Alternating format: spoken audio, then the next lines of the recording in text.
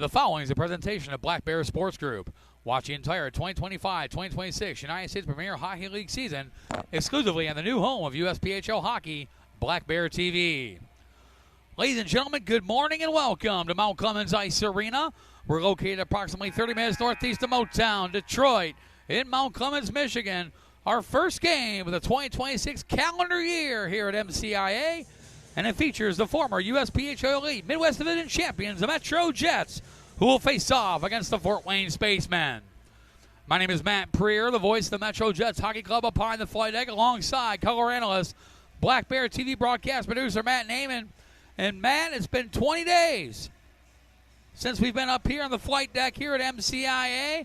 Haven't seen you since last year. Is that supposed to be funny, man? Yes. Okay. I'm getting my first dad joke out of the way early. You've been telling them all morning. What are you talking about? I've talked to everybody. Well, I haven't seen you all year. Yeah.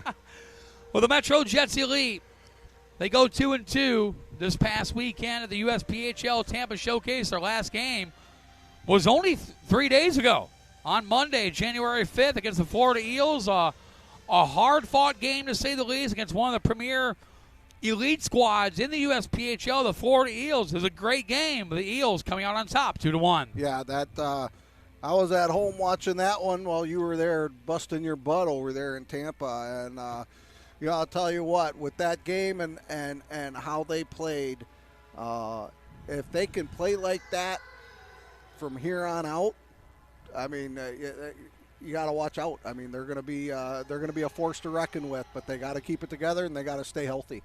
Indeed they do. They started the USPHL Tampa Showcase weekend with a pair of 3-2 overtime victories. Back on Friday, January 3rd, a thriller 3-2 overtime over the Florida Junior Blades. Braden Graham, the overtime hero of that game. Yeah, that was, all around. That was a great game, and to get that in OT, just to give them that point, because from here on out with these teams and everyone in the division, especially at spots for each division, on how tight the top 3-4 are. I mean, Some of them are within points. And so every point from here on out is going to matter. Oh, for sure. And that extra point in that second straight overtime game on the second game of the day on Saturday, January 3rd. Another 3-2 overtime victory by the Jets, this time over the Typhoon Hockey Club. Jarrett LeGros, the overtime hero of that game. Yeah, and so, that there, you and I were discussing possible playoff outcomes and what can happen if everything stays where it's at.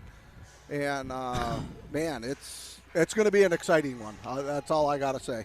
For sure, and the Jets really needed the points in the final two games. Unfortunately, a 4-1 setback at the hands of the host, Tampa Bay Juniors, followed by that 2-1 setback at the hands of the Florida Eels. While the Fort Wayne Spacemen at the USPHL Tampa Showcase had started off well enough for them, a 5-2 victory over the Florida Junior Blades. But then the ultimate test against the two-time and defending USPHL Elite National Champions, the Carolina Junior Canes. They didn't play bad, but falling to the Canes by a score of 4-1. Yeah, and we know that Fort Wayne is a team that can play some hockey, and we've seen it. We've had our fair share of issues with them here with the Jets. And so, hats off to them. I mean, they did a good job at the showcase, and we're going to find out what they got here. And unfortunately, they got a few of their top guys out, which is going to hurt. So they're going to have to figure something out, adjust the lineup. They're going to need some guys to step up here today. For sure. So after that game against the Canes, they were 1-1, but the Spacemen did finish the weekend 3-1. A 5-2 victory over the Florida Eels, followed by a 5-4 victory over the Typhoon Hockey Club, which sets up this first of two games in 24 hours. The Metro Jets currently second in the USPHL Elite Midwest Division, 19 wins, 11 losses, one overtime loss, no shootout losses for 39 points. Have lost their last two. They're 6-4 in their last 10. The Fort Wayne Spacemen, Matt Naiman, just 2 points back, 17 wins, 11 losses, 2 overtime losses, 1 shootout loss. Have won their last two, and they're 8-2 in their last 10 games. And for all practical purposes, if things go as they should, like we like to say, this will be a playoff matchup between these two clubs. Yeah, not just that, with just 2 points separating them. And right now, Chicago Crush sitting at 66 points. So well, the Chicago Crush have already clinched the USPHL yeah, Elite they've Midwest already Division clinched it. Championship. So now, from looking, it's going to be the 2-3 spots that are going to be jumping around. The T-Rex is far enough out from Fort Wayne. I'm 90% sure there's not going to be an adjustment there. Where you're going to possibly see some movement through the rest of the season is going to be 2-3, and that's the Metro Jets Elite and the Fort Wayne Spaceman Elite. And how important is that, Matt Naiman? That is for home ice in the second round, the divisional semifinals of the 2026 USPHL Elite Playoffs. Yeah, and the adjustment made to that is because there's only the 5 teams there, the first 3 are going to get the bye, and then you're going to have the teams playing each other from there. So that's where that is. Where the other divisions where there's 6, it's the top 2 that only get the bye. And we'll dive into that a little bit deeper here later on as we jump right into the Troy Oral Surgery pregame show. For all of your oral surgery needs, from facial trauma reconstruction, oral pathology, pre- and post-prosthetic surgery, and more, Dr. Robert John, an oral and maxillofacial surgeon, offers a full scope of oral and maxillofacial surgical procedures. With almost 25 years of experience, Dr. John brings a unique combination of medical expertise, precision, and compassionate care to the practice. Learn more at TroyOralSurgery.com. Let's take a look at the players making an impact in today's game. First up for the Metro Jets, and leading the way for the Jets in scoring, where's number 42? It is the 20-year-old from Buffalo Narrow, Saskatchewan, Grayson Laprise. Laprise had himself a heck of a weekend at the Tampa Showcase. Lead the team in scoring, 13 goals, 11 assists, 24 points in the season. Yeah, and that is just awesome. He's a player that has just been getting better and better as the season went on, and he was lights out during the showcase. He really was. He was in the positions that he needed to be. He was finding the open ice, and he was a huge helper in the Tampa Showcase, and we're going to see if that's going to carry on here through the rest of the season. Laprise at the Showcase, picking up 2 goals as well as 3 assists, and he was a catalyst at the USPHL Tampa Showcase. Second, the team in scoring, where's number 77, the 19-year-old from Lapeer, Michigan, Aiden Racosta. Racosta, 6 goals, 14 assists, 20 points on the season. Like Laprise, second year of the Metro Jets Elite, he has emerged as a bona fide leader in his team. And he had another player that's just improving. You look at last year with 47 games, 3 goals, 9 assists, and only 12 points. Season is, you can say, maybe just shy of 3/4 of the way done, regular season. And he's already almost doubled where he was at last year. So, again, just goes to show the effort that he's putting in with this Metro Jets Elite club.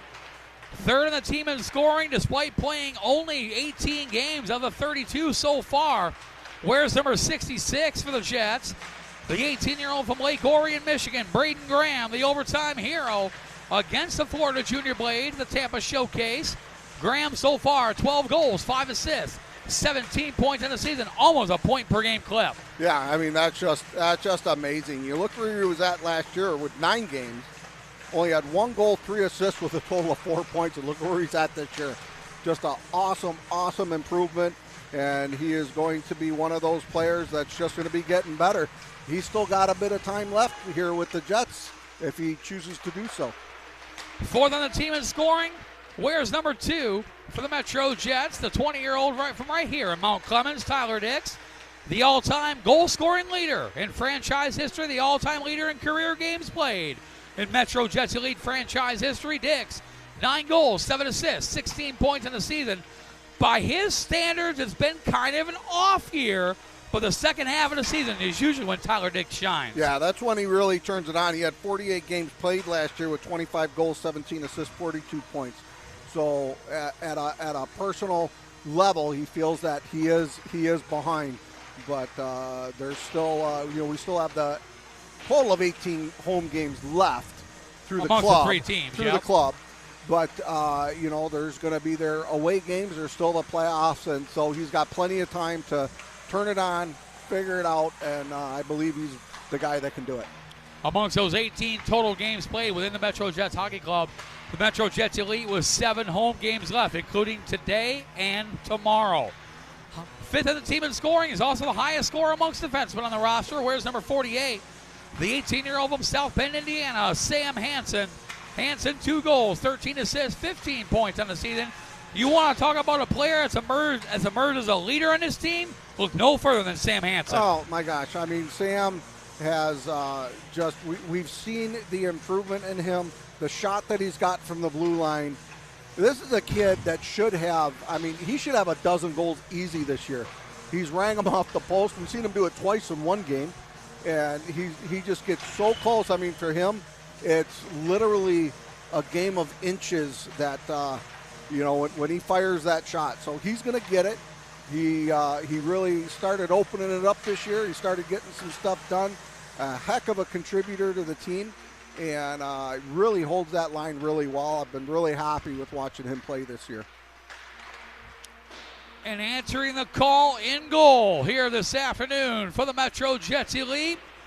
We were used to seeing them with the Metro Jets Development Program. MJDP and the Premier side sent to the Elite team today. Get some more work in. It is the 16-year-old from Montreal, Quebec, Canada, the number 70 of Arnaud Parody. And Parody, this is only his second game on the Elite side. His one and only other game came way back on November 9th. A 3-1 loss by the Jets at the hands of the high-powered Chicago Crush. As Parody stopping 32 of 35 shots he faced in that lone Elite appearance by the young 16-year-old. So, and that amongst that game, that one single game for Parody, he has a 1.01 goals against average in Elite play with a 968 save percentage. Yeah, and that's a great save percentage. Unfortunately, he hasn't played a lot of games, but you look at where he was at with MJDP, he was at a 341. So going from the Premier to the Elite has definitely helped him out. As the play is a bit different, right? So he's going to make the adjustments. And with the help of Randy Wilson, he can do nothing but get better. No doubt. And we've seen that with all the goaltenders here. And Randy does a fantastic job. And Paradis is one of those young guys that's going to do just that. And the team Arnaud Parody will face is the team to our left, who play their home game to the PSM Ice House in Fort Wayne, Indiana. It is the Fort Wayne Spacemen, who, as we mentioned, went 3-1 at the USPHL Tampa Showcases this past weekend. And leading the way for the Spacemen wears number 94, the 20-year-old from Tampa, Florida, Hayden Stratman. Stratman so far 13 goals, 15 assists, 28 points on the season. Yeah, and that's just awesome compared to where he was at in the last season, which I tell you the stats, but Matt, your notes are a little off here, bud. So they are not. Let's see, 24-25 Fort Wayne Spacemen. That's all I see. Oh, okay. All right. So, we'll get to that, but, we know that this Fort Wayne Spacemen team, we know they can play. We know they can score. We have had our fair share of issues with them this year. Sure. We have a hard time with them. And to me, I can say for the Elite squad, this is the rivalry game for the Elite. How you got the Premier with Toledo and Metro. This is the battle games right here. The Metro Jets Elite 3-1 against the Fort Wayne Spacemen. The Spacemen 1-2-0-1 in the 4 games played so far between these two clubs. They haven't seen each other since October 22nd. A Jets 2-0 shutout victory over the Fort Wayne Spacemen. And that's what's going to make this interesting is they haven't seen each other since October. All right, you've had this whole time of the season. There has been improvements. There's been changes. There's been adjustments to lineups. And so this is going to make it a very, very interesting game. Second on the team in scoring. Where's number 26, the 17-year-old Fort Wayne native, Colson White. White so far 15 goals, 11 assists. 26 points on the season. The former Fort Wayne Carroll Charger, he has really adjusted himself well from Indiana high school hockey to the USPHL Elite. Yeah, with the Wayne Carroll Chargers there, he had 31 games played, 12 goals, 12 assists, 24 points. So a very, very consistent player. And that's going to have to be one of the guys that these Jets are going to have to look out for here in today's game. Third on the team in scoring.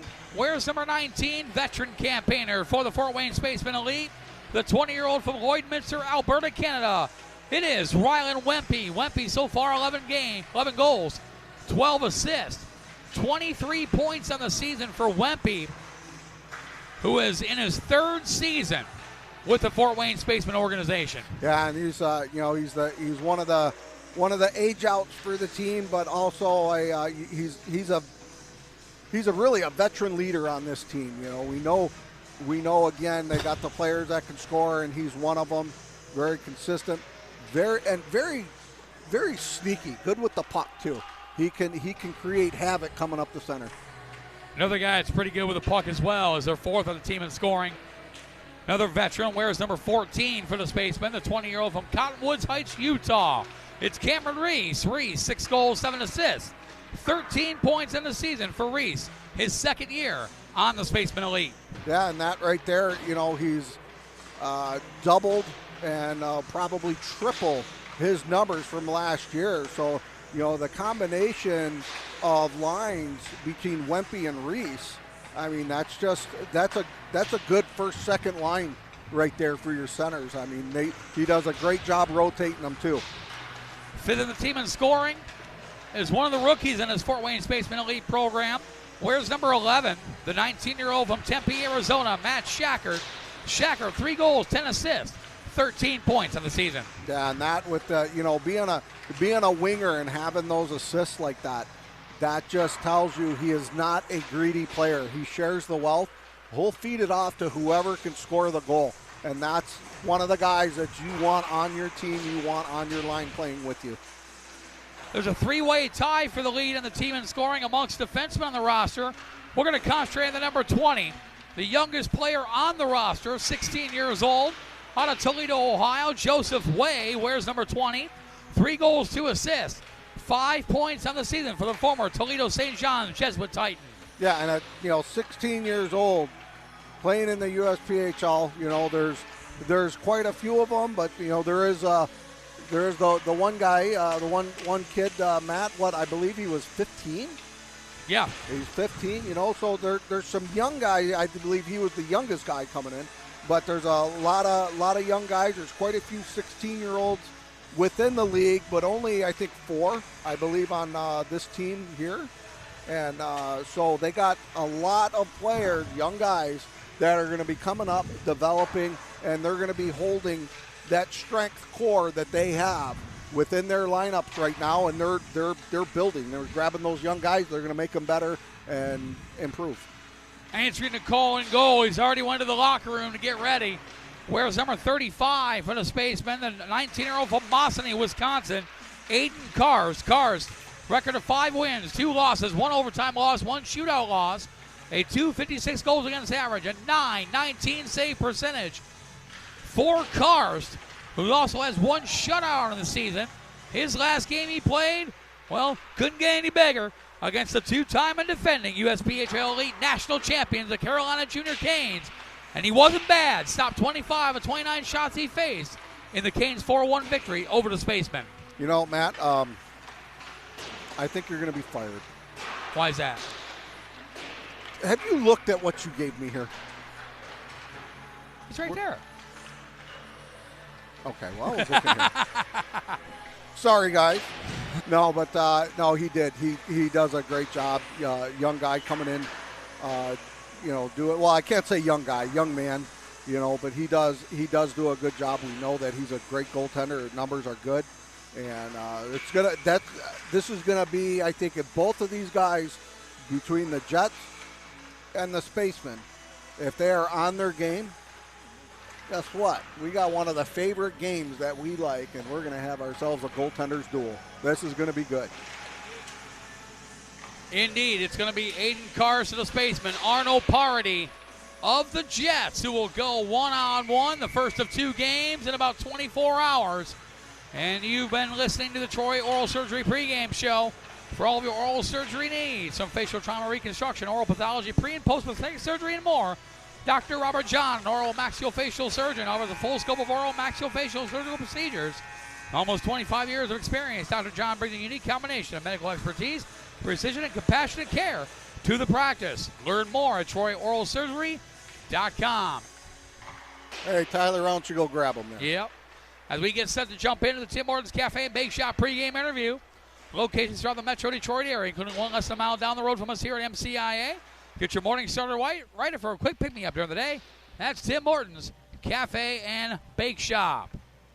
As we are awaiting their arrival, and here he comes. We have given Fort Wayne Spaceman Elite head coach Cam Wyrick and Fort Wayne Spaceman Premier head coach Kaylee Schrock a little time off. We say time off. The bus got here a little bit late today, so we'll let them concentrate on their players.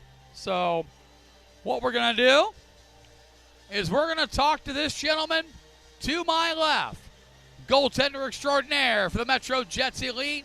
It is Aiden Binkley joining us up here on the broadcast, the 18-year-old from Dexter, Michigan. Aiden, good to have you with us, my friend. Thanks for having me. Yeah, not a problem at all. We kind of pulled you in last second, but that's all right. So, Aiden, your first year of junior hockey after coming over, from the Howell Highlanders. Tell us about your experience you've had so far here. We're well past the halfway point of the season, almost 3/4 of the way. Tell us about your experience so far. Well, it's been fun. You got here kind of early, nerves early season, but as you got going, you start hitting your stride, get used to it, get to know the fellas, start having some fun. It's a great place to be. And your record is pretty gosh darn good, my friend. 5-0 record. Look at the stats here. A 130 goals against average, 914 save percentage, 2 shutouts on the season. Does that meet your expectations? Are you surprised? Are you just what's the feeling with your stats so far? It's great. Came in here last year, didn't play too much. Come in here, not used to get many games. Get some games in here, playing pretty well. Helps I got a good goalie coach, and Randy helped me get a lot better, and I'm just gonna keep getting better as the season goes on. We like to say a lot, and Randy Wilson his response will be all shucks, Yeah. But Randy Wilson's a legend here with the Metro Jets Hockey Club. He's the goalie coach extraordinaire. What is it like to work with Randy Wilson? Oh, it's great, man. Dude, he's a great guy. Great goalie coach, great person all around, He's got your back in the net. He's got your back off the ice. He's got advice for you everywhere you need it.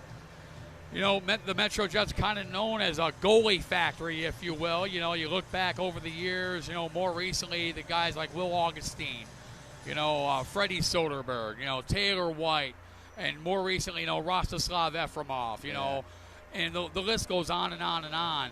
Is there any pressure on your end?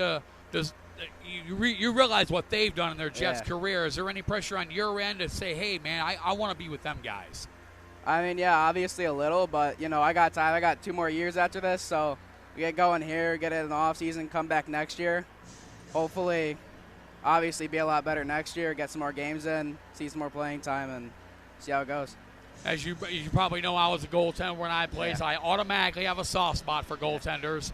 And it's their own fraternity, right? Yeah. So what's it like with you, Jesse Lee, Brendan Dreisbach? You guys are teammates. One of you is going to start in goal. Yeah.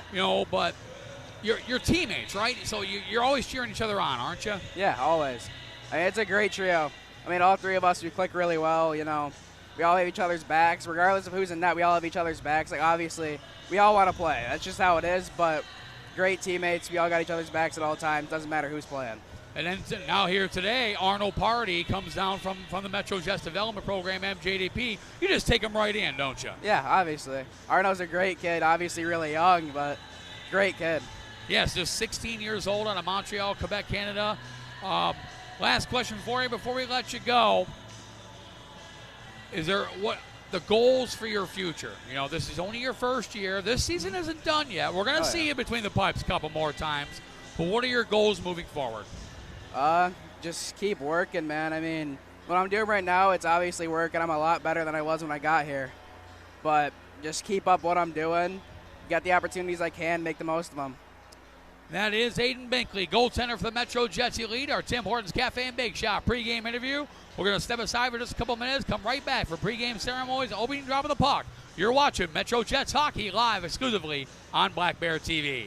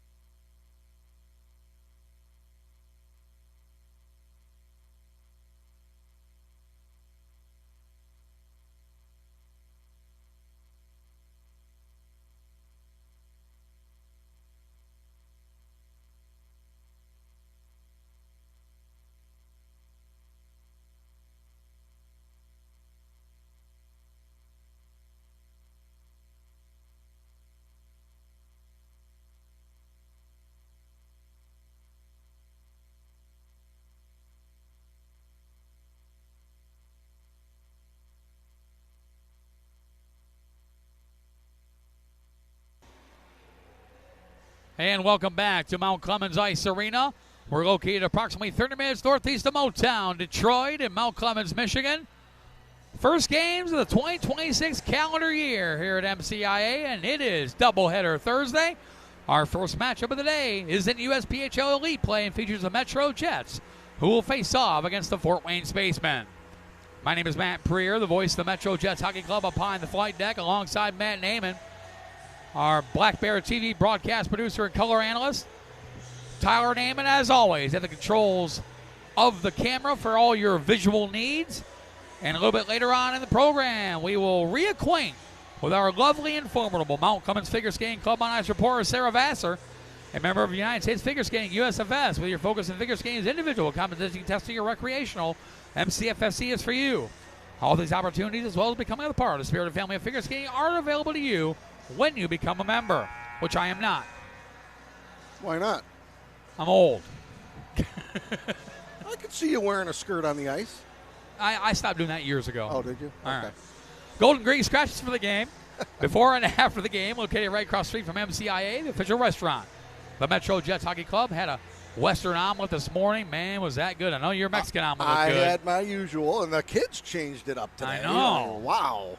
Go there for breakfast, and Paige gets, what, saganaki and soup. Yeah. Tyler gets chicken tenders and soup.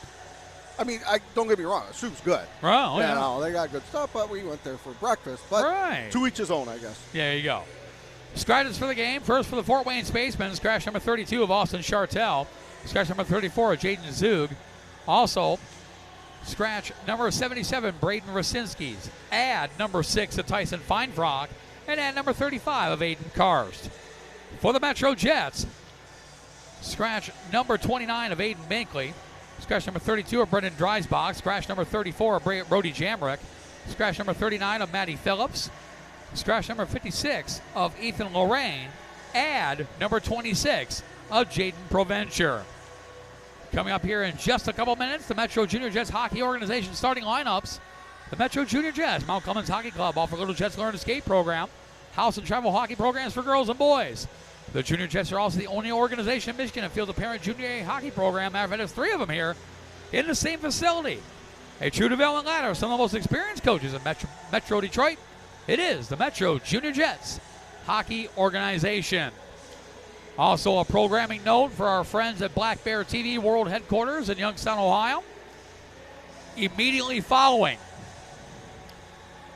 the SESpayroll.com player of the game interview, we will jump right into the Troy Oral Surgery pregame show for the USPHL Premier game between the Metro Jets and the Fort Wayne Spacemen. So again, just a programming note. As soon as the SESpayroll.com player of the game interview is completed by Mount Clemens Figure Skating Club on-ice reporter Sarah Vassar, we'll pause for about 30 seconds and then jump right in to the second game of the day, the Metro Jets and the Fort Wayne Spacemen.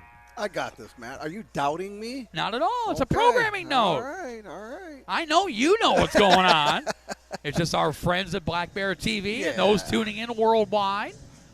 Gotta give them, make sure they know what's coming up. That it is doubleheader Thursday. And of note, Matt Naiman, this is the only game in the world in USPHL Elite play today. Yeah, we're all by ourselves. So you're all no by our lonesomes. No excuses not to be watching this game. Right. Well, I guess unless if you're at work behind a desk, and then you can put it on your phone, use your earbud.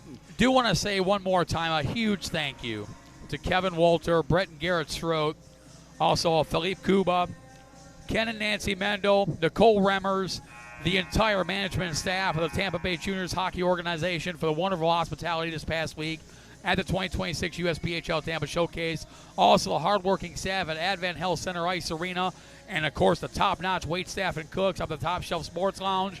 The quesadillas there, man. Dude, I'm telling you. I was living on those when I was down there last year. Oh, those are the best chicken quesadillas I've ever had. Those are good. If I could get those DoorDash from Top Shelf up here, I'd do it in a heartbeat.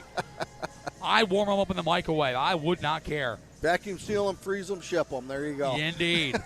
But a big thank you again to the Tampa Bay Juniors Hockey Organization, Advent Health Center Ice Arena, and Top Shelf Sports Lounge. There is nothing, Matt Naiman, like Florida in January for hockey. It is awesome, and I certainly appreciate it and can't wait to go back next year. It's going to be a little different next year, though. Yes. With NCDC and Premier. We're going to talk about that later on in the broadcast today. And we will probably be there with you next year. Yep.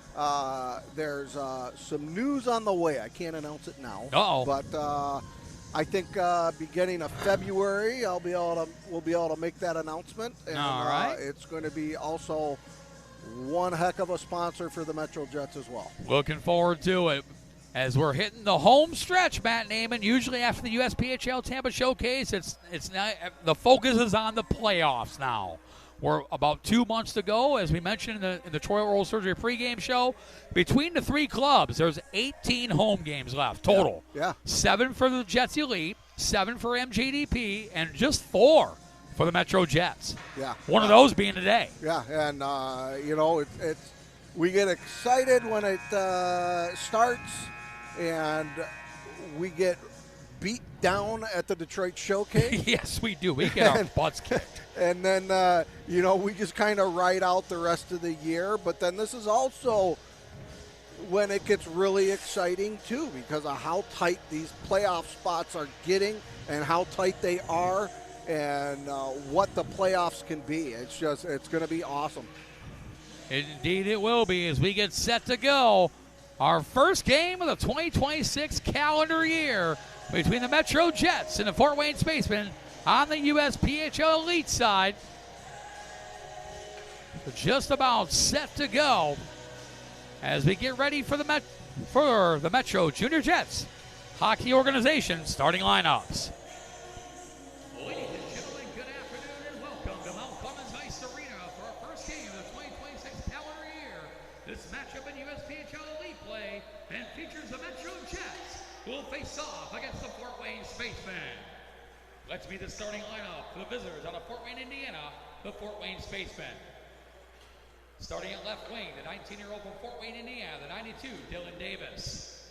Starting at center, the 19-year-old from Tempe, Arizona, the 11, Matt Shacker. On right wing, the 18-year-old from South Bend, Indiana, the number 6, Tyson Feinfrog. On defense, the 18-year-old from Denver, Colorado, the 24, Xavier Templeton. Also on defense, the 20-year-old from Fort Wayne, Indiana, the 88 of Nathan Wolf. And starting in goal, the 19-year-old from Bosnia, Wisconsin, the 35, Aiden Cars. Head coach of Fort Wayne Spaceman Elite is Cam Wyrick. And now the starting lineup for your Metro Jets. Starting at left wing, the 20-year-old from Buffalo Narrows, Saskatchewan, Canada, the 42, Grayson Laprise. Starting at center, the 18-year-old from Lake Orion, Michigan, the 66, Braden Graham. On right wing, the 18-year-old from Gaylord, Michigan, the 67, Grady Smith. On defense, the 19-year-old from Newcastle, New South Wales, Australia, the number 19, Scott Zilla. Also on defense, the 18-year-old from Colorado Springs, Colorado, the 88, Gavin Otto. And starting in goal, the 16-year-old from Montreal, Quebec, Canada, the number 70, Arno Party. Head coach of the Metro Jets Elite is Danny Vanderweel, assisted today by Jake Howie. And now, ladies and gentlemen, would you please rise as you are able for the playing of our national anthem.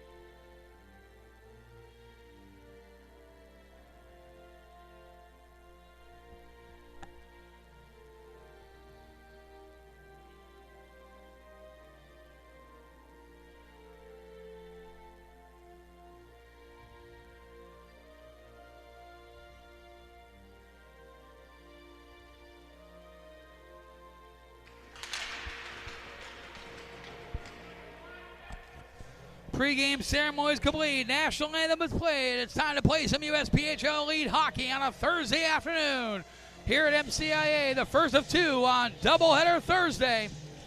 Your referee is Tim Perks. The linesmen are Rob Walters and Dan Oleski.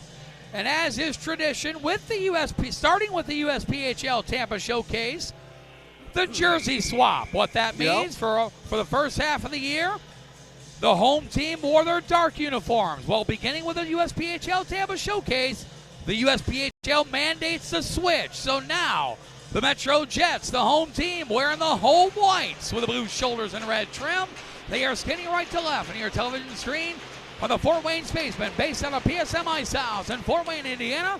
They are the designated road team wearing the black uniforms, white, gray, and orange trim. They are skating left to right on your Black Bear TV dial as we are underway. First game of the calendar year, Matt Naiman. The playoff push begins. And the Jets bring it out. First home game since December 19th. A span of 20 days, Matt Naiman, since the Metro Jets Elite have played on home ice here at MCIA. And, so far, Fort Wayne's, putting on a good push. The Jets still have not been able to make it into the Fort Wayne zone here right at the beginning of the game. They're kind of having an issue getting down and some miscues and passes, and they're going to have to settle it down, I think, getting in for this first home game in 20 days for them. Yeah, strong push early by the Spaceman. I mean, here come the Jets. Ronnie Luber is trying to get it around Elliott Nord. Jarrett LeGros grabs it. LeGros, the overtime hero. Last Saturday in the Jets' 3-2 overtime victory over the Typhoon Hockey Club. Puck knocked away from Axonoff, picked up by Sam Hansen. Over to Dmitry Axonoff. Axonoff pushes it forward to Ronnie Lubers. Cross-ice pass to LeGros, but knocked away by Rylan Wempe. Party lets Sam Hansen go after it. Hanson to Ronnie Lubers, who deflects it in. Picked up by Cameron Wells, a 17-year-old from Clarksville, Tennessee. Send it up to the number 12 of Jackson Crawford. Crawford now brings it in. Off the boards, takes a weird hop off of Stanchion. I've missed the weird hops off of Stanchion here at Mount Clemens Ice Arena. And that was obviously in the Jets' advantage as they're able to get this back over the line. Tyler Dix trying to feed over to Racosta. Racosta now to Luber. Back to Dix with a shot. Saved by Cars. Good first shot. Good first save there by Aiden Cars. Nice way to knock the jitters out of you, isn't it? Yeah, that'll do it real quick. Picked up by Dmitry Aksanov, who has found himself a home on the blue line and converted forward. Jaden Preventure couldn't bring it in. A little bit more on Preventure playing his first career game on the USPHL Elite side as Connor Mulligan sends it in. Going after is Cameron Reese. Reese brings it in now for Preventure. Jaden Preventure goes down on the ice. No call, picked up by Cameron Reese. Reese now up to the 12 of Crawford into the neutral zone as Connor Mulligan will bring it in. 3-on-1 if they hurry. Mulligan leads it for Jonah Clark. Clark with a shot. Saved by Cars. Rebound comes out. And Cars covers, forcing a stoppage of play with 17-12 to go here in the first. He was right. It was kind of hard to tell with how he was going in, if he actually purposely left it there or lost control. Happened to have him backing up, but he had two guys over to his right, too, as well. That could have been a very, very, very dangerous setup right there. Fifth meeting of the season between these two clubs. They saw each other. Matter of fact, for the Jets, the first 4 games of the season were against the Fort Wayne Spacemen. And that's what made it tough, and that's what what I was talking about in our pregame stuff, that there's been obvious improvements in both teams, and at the beginning of the season, there's all the guys with the team that just joined the team. They may be new, whatever, and they're just learning to mesh. Well, the meshing has really come to a head now, and so now the team play is a lot different, so it's going to be very interesting to see how all this plays out. If you haven't meshed by now, when are you? Exactly. Exactly. So that's where, from the beginning of the season till now, for both teams, that's what's going to make this, I believe, a real good game. For both clubs, this is their 32nd game of the year. After today, both teams only have 12 regular season games left. We are in crunch time. As Cars couldn't cover it. That was picked off there by the 41 of Braden Heber. Heber had it taken away by Grady Smith. Grayson Laprise now on the puck.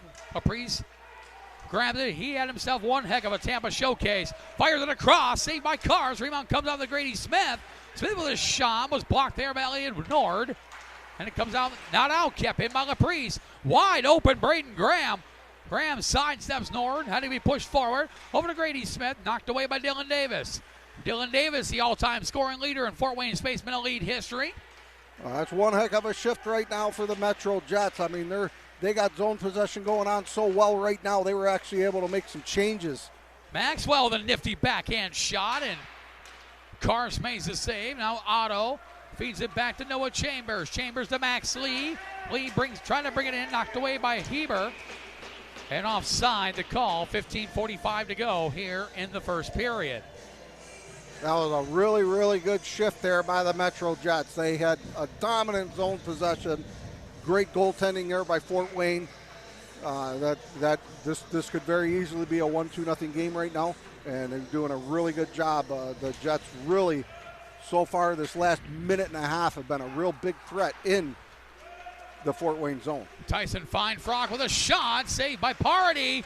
Party couldn't get over in time, but was able to cover in the blue paint as Feinfrock trying to wrap it around the boards, wrap it around the net. These two teams met back on September 27th. The Jets getting to a 2-0 victory at PSM Ice House.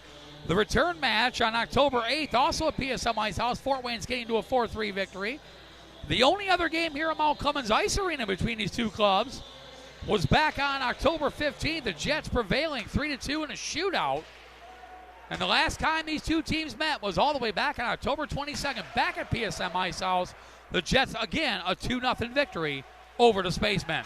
Yeah, and you can definitely tell from that game to this game the difference in the gameplay. I mean, either team at any given time can be a big threat. For sure, as Cars makes a save. Let's go ahead and meet Aiden Cars. The 19-year-old goaltender from Mossany, Wisconsin. Spent the last four seasons with the Mossany Pride Wisconsin high school hockey ranks. Last year, 24 games played at .220 goals against average, .927 save percentage, and 4 shutouts on the season. Spent all 4 of his high school years with his high school team. First year in junior hockey with the Fort Wayne Spacemen of the USPHL Elite.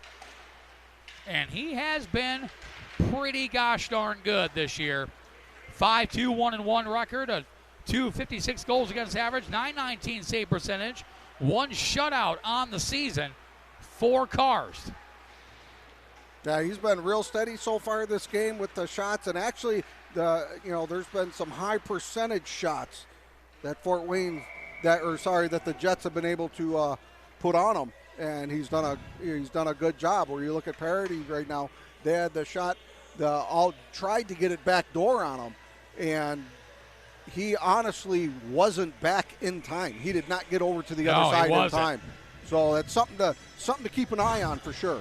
If it wasn't for Feinfrock with a wraparound attempt that went and through the blue paint instead of in the back of the net. And he's honestly lucky he didn't go off his skating in. Right. I mean, we could be looking at a 1-0 hockey game if that wasn't the case. Puck comes out in the neutral zone, picked up by Dylan Parch, who sends it right back in.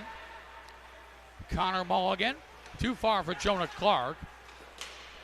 Clark knocked to the ice, picked up by Mulligan, trying to feed it over to Miller Klur, one of the newcomers to the Metro Jets. We'll meet him here in just a little bit. Klur playing his first home game for the Metro Jets. Joined the Jets team at the USPHL Tampa Showcase. Deflected by Axonoff, and that went wide of Parity. That could have been a lot more dangerous than what it was. Racosta behind the net, pressure by Colson White, gives over to Axonoff, now to Miller Klur. Klur now to Jonah Clark. Clark trying to feed it back to Racosta, taken away by Cameron Reese, who sends it in. Parity will play it. Parity almost gave it away to Colson White, but got it over to Mulligan, now back to Axonoff. Jets scrambled a little bit in their own zone, but do get it out in the neutral zone as Cameron Reese fires it into the Jets' end. Picked up by Axonoff. Axonoff to Grayson Laprise. Laprise had it knocked away by Heber, but Braden Graham helps him out, along with Grady Smith. Off the boards to Laprise. Laprise trying to stick handle through 2 spacemen and got the shot off, and it went just wide. 2-on-1 if they hurry. Nice hustle by Laprise to get back as Party makes the save. Let's go ahead and meet Arnold Party. The 16-year-old goaltender from Montreal, Quebec, Canada, has made 1 appearance in the elite side. He's 0-1 with a 101 goals against average, .969 save percentage. The bulk of his work has come with the Metro Jets Development Program on the USPHL Premier side. 14 games played, a .341 goals against average, .887 save percentage, no shutout for the former Ulysses Academy graduate. Chambers with a shot, saved by Cars. Picked up by Shacker, knocked away by Maxwell. And it comes out to Tyson Feinfrock. Feinfrock got it ticked away by Eli Schwarzer. As Schwarzer dumps it in, picked up by Xavier Templeton. Templeton had it taken away by Maxwell. Shot hit there by Chambers, but comes out to Feinfrock. Tyson Feinfrock, the 18-year-old from South Bend, Indiana. High defended shot went into the netting and out of play. 12-11 to go here in the first period. This has been an interesting first period. There has been really moments of dominating zone coverage in each end, and some good back and forth hockey. Not so much shots on goal. There hasn't been a whole bunch of shots on goal, but it's been a really good back and forth game so far. Yeah, for sure. And to your point on the shots on goal, the Jets out shooting the Spacemen 6-4. As Nathan Wolf, pressure there by Jarrett LeGros. Big Nathan Wolf, 6'3", 220-pounder over to Rylan Wempe. Had it knocked away as Lee trying to negate the pass to Stratman. Party's got to come out and play it. Ubers couldn't get it out. Kept in by Heber. And picked up by Rylan Wempe. Wempe to Stratman, knocked away by Max Lee. Lee now to Lubers. Lubers to Tyler Dix. Heber keeps it in. Scott Schuba goes back after it. Off the boards into the neutral zone. Picked up by Heber.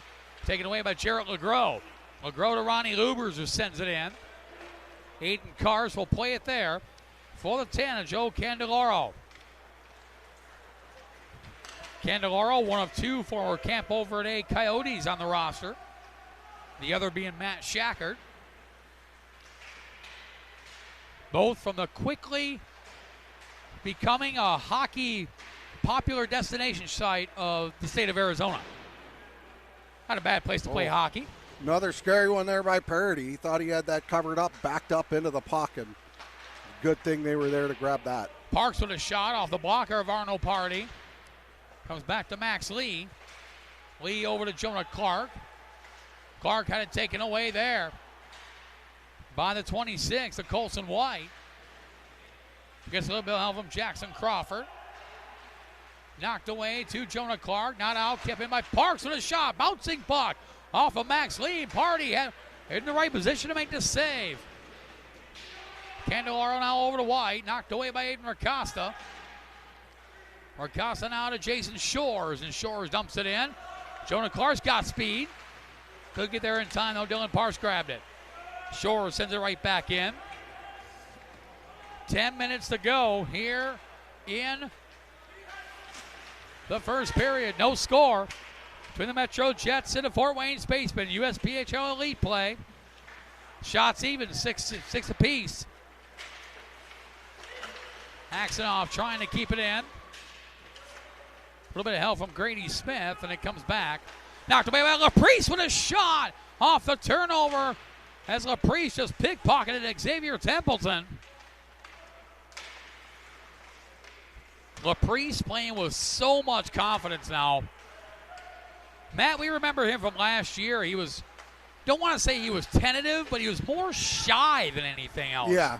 Is that a fair assessment? Yeah, he's really coming into his own. He's settled down, and it's showing. You see what he can do and what he's done. He's been an integral part of the success of this team so far this year. Picked up by Dylan Parks. Pressure there by Noah Chambers. Gets it over to Dylan Davis. Davis, the 19-year-old Fort Wayne native. Third season with the Spaceman organization. Splitting time between both the Premier and Elite squads. As Parks throws the 54 of Eli Schwarzer to the ice. Chambers digs it out. And taken away by Dylan Davis. Davis now to Tyson Feinfrock. Feinfrock with a shot, patted away by Party. Comes back to Cameron Reese. Reese with a shot was partially blocked.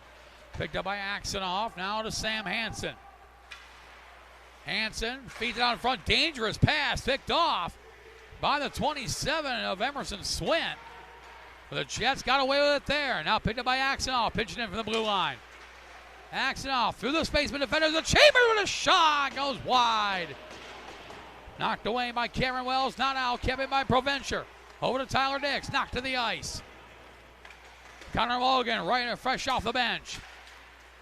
Takes it away from Cameron Reese. He'll send it in. Wolf goes after. Pressure by Tyler Dix. Emerson Swint grabs it. For Wells. Knocked away. Shot there by Mulligan. Save made by Aiden Cars. Now comes with it the other way. It's the 42 of Leonidas Cintron, the former Chicago Cougar. Provencher has to play it. Icing negated. Over to Connor Mulligan. Mulligan got out of the neutral zone, looking for Ronnie Lubers. Instead found Braden Heber. And comes back to Provencher. Jaden Provencher may not be a familiar name to Metro Jets Elite fan. We'll meet him here in just a little bit. The 18-year-old from nearby Chesterfield, Michigan. I know that area pretty well. First player in the Jets organization to play for all three teams here in the building. Start of the year with the Metro Jets. Was on the injured list for a lower body injury. Come back, getting his sea legs back, if you will, last weekend at the USPHL Tampa Showcase with the Metro Jets Development Program. Getting his sea legs a little bit more with the Metro Jets Elite squad here this week. as Gavin Otto sends it in. 6:30 to go here in the first period. No score. Metro Jets and Fort Wayne Spacemen Elite. There have not been very many whistles in this first period. No, not at all. They've been, like I said, it's been a good back and forth game. Each team has had their fair share of, I guess you could say, high threat shots with each side. Goaltenders standing tall on it. And like you said, so far 6 minutes left, 0-0. So we're going to see who breaks first. Miller Clure, another name maybe not familiar to Metro Jets Elite fans. He's on the ice now. He'll head off. He was on the line with Aiden Racosta, as well as Ronnie Lubers. We'll meet him here in a little bit. Candelaro with a puck for the Spacemen. Had it knocked away by Grayson Laprice. Here comes Laprice. Through the legs of Dylan Parks. He'll catch up to the puck, trying to get the shot off. Knocked away by Candelaro. Picked up by Candelaro. Picked off by Braden Graham. Graham looking for Laprice. Knocked away by Jackson Crawford. Crawford now with the puck. He'll bring it in. And the puck sent all the way down on Arnold Party. 5:15 to go here in the first period. It's been nonstop back and forth action between the Metro Jets and the Fort Wayne Spacemen. Intercepted by Dylan Davis. Davis trying to wrap around. Nice play by Scott Shua. But Shua couldn't make the second save and the Spacemen score. As Party was out of position, Shua made the first save. But Tyson Feinfrock puts the Spaceman on the board. The 18-year-old from South Bend, Indiana. His fourth goal of the season. And the Spacemen strike first. They lead 1-0. I think that just may have been one of the situations that, he may enjoy playing the puck. But with Parody, that was, maybe not the situation to do that in, playing the puck out front like he did with so many other Fort Wayne players out there, and they just weren't able to defend it. So the Jets find themselves trailing by a score of 1-0. Shot by Davis, saved by Party. And the Jets continue to press. Jaden Provencher brings it in. Off-angle shot to Maxwell. The shot. Cars with a save. Two big stops there.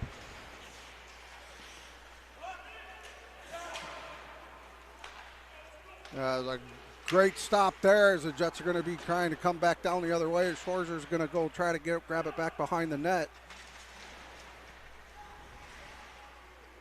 Maxwell's there in the corner. They finally get it out. Chambers, Maxwell over there in the corner. Tyson Feinfrock, his fourth goal of the season from Dylan Davis at 15:03. Big hit by Provencher, a bit high. No call on that one, though. That was on Tyson Feinfrock, who just put the Spaceman up 1-0. Oh, and he tried going for a hit there. And that's a penalty coming. They're going to call him for a knee. And Sam Hansen's going to go off as well. A little hit after the whistle. That just negated the power play the Jets would have been on. Yeah, and that's just something you can't. So Tyson Feinfrock with the original call, but after the whistle, Hansen with a slap to the shins on the Spaceman's Feinfrock, and that was going to result in coincidental minor penalties. Yeah. Coincidental minors, we're going to have some 4-on-4 hockey here for 2 minutes. 3:55 left. Fort Wayne up 1-0.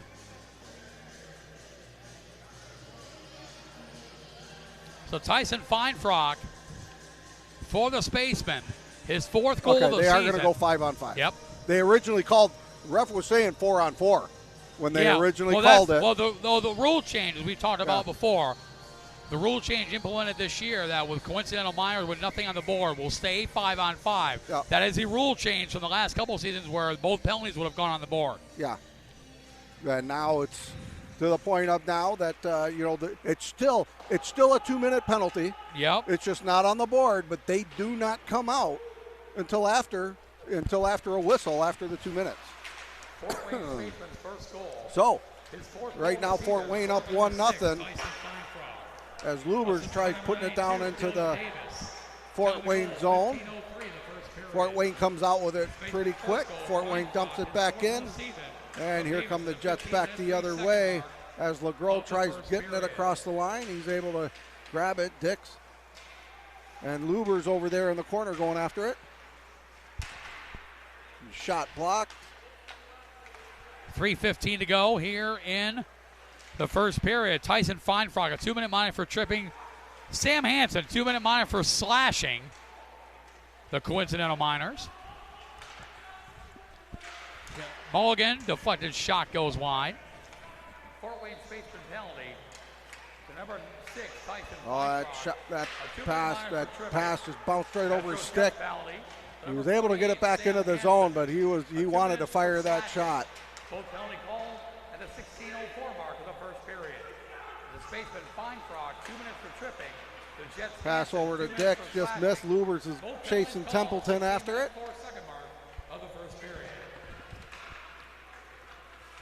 So Feinfrog and Hansen, coincidental minors.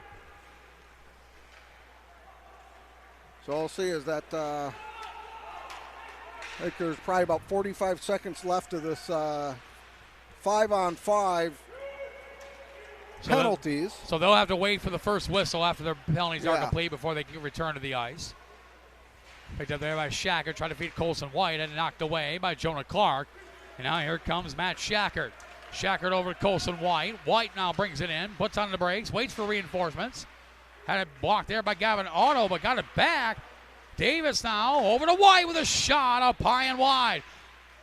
Bouncing puck there, almost went behind Parody. He was having a little trouble getting back into the play. That's twice now so far, just this period. Rakasa trying to dig it out. And goes back to Braden Heber. Heber with the puck. He'll send it in. 1:25 to go. Shots 8-8. That was a good job by him putting that in. He dumped it in softly, and that allowed them to make the change and get into the zone. Graham with a lot of speed, but nice play by Templeton to push him to the outside. Laprice brings it in. He's got Grady Smith to his right elbow. Smith turns around, fires, scores! Grady Smith ties the game for the Metro Jets. And Smith, the 18-year-old from Gaylord, Michigan, his 7th goal of the season, and we're tied at 1. Just a beautiful pass by Grayson Laprice over to Grady Smith. That line, Matt Naiman, has really connected with Braden Graham. They have, and that's awesome to see. It's almost you could see just with the way, with the different plays, with the way everything's going, you can kind of smell it in the air that something's going to happen. There's either going to be a really very good scoring chance or a goal, and that happened twice, both on the Fort Wayne side and the Metro Jets, and now we got ourselves a 1-1 game with just under a minute left here, just 50 seconds left here in the first period. Grady Smith picking up the goal. That was a great job by Grady Smith. And, I'll tell you what, he's one of those players that's just going to keep getting better. They tried to get that out front there. Wempe now over to Wolf, over to shot, saved by Party with 27.5 seconds left here in the first period. Grady Smith, we know from Grayson Laprice.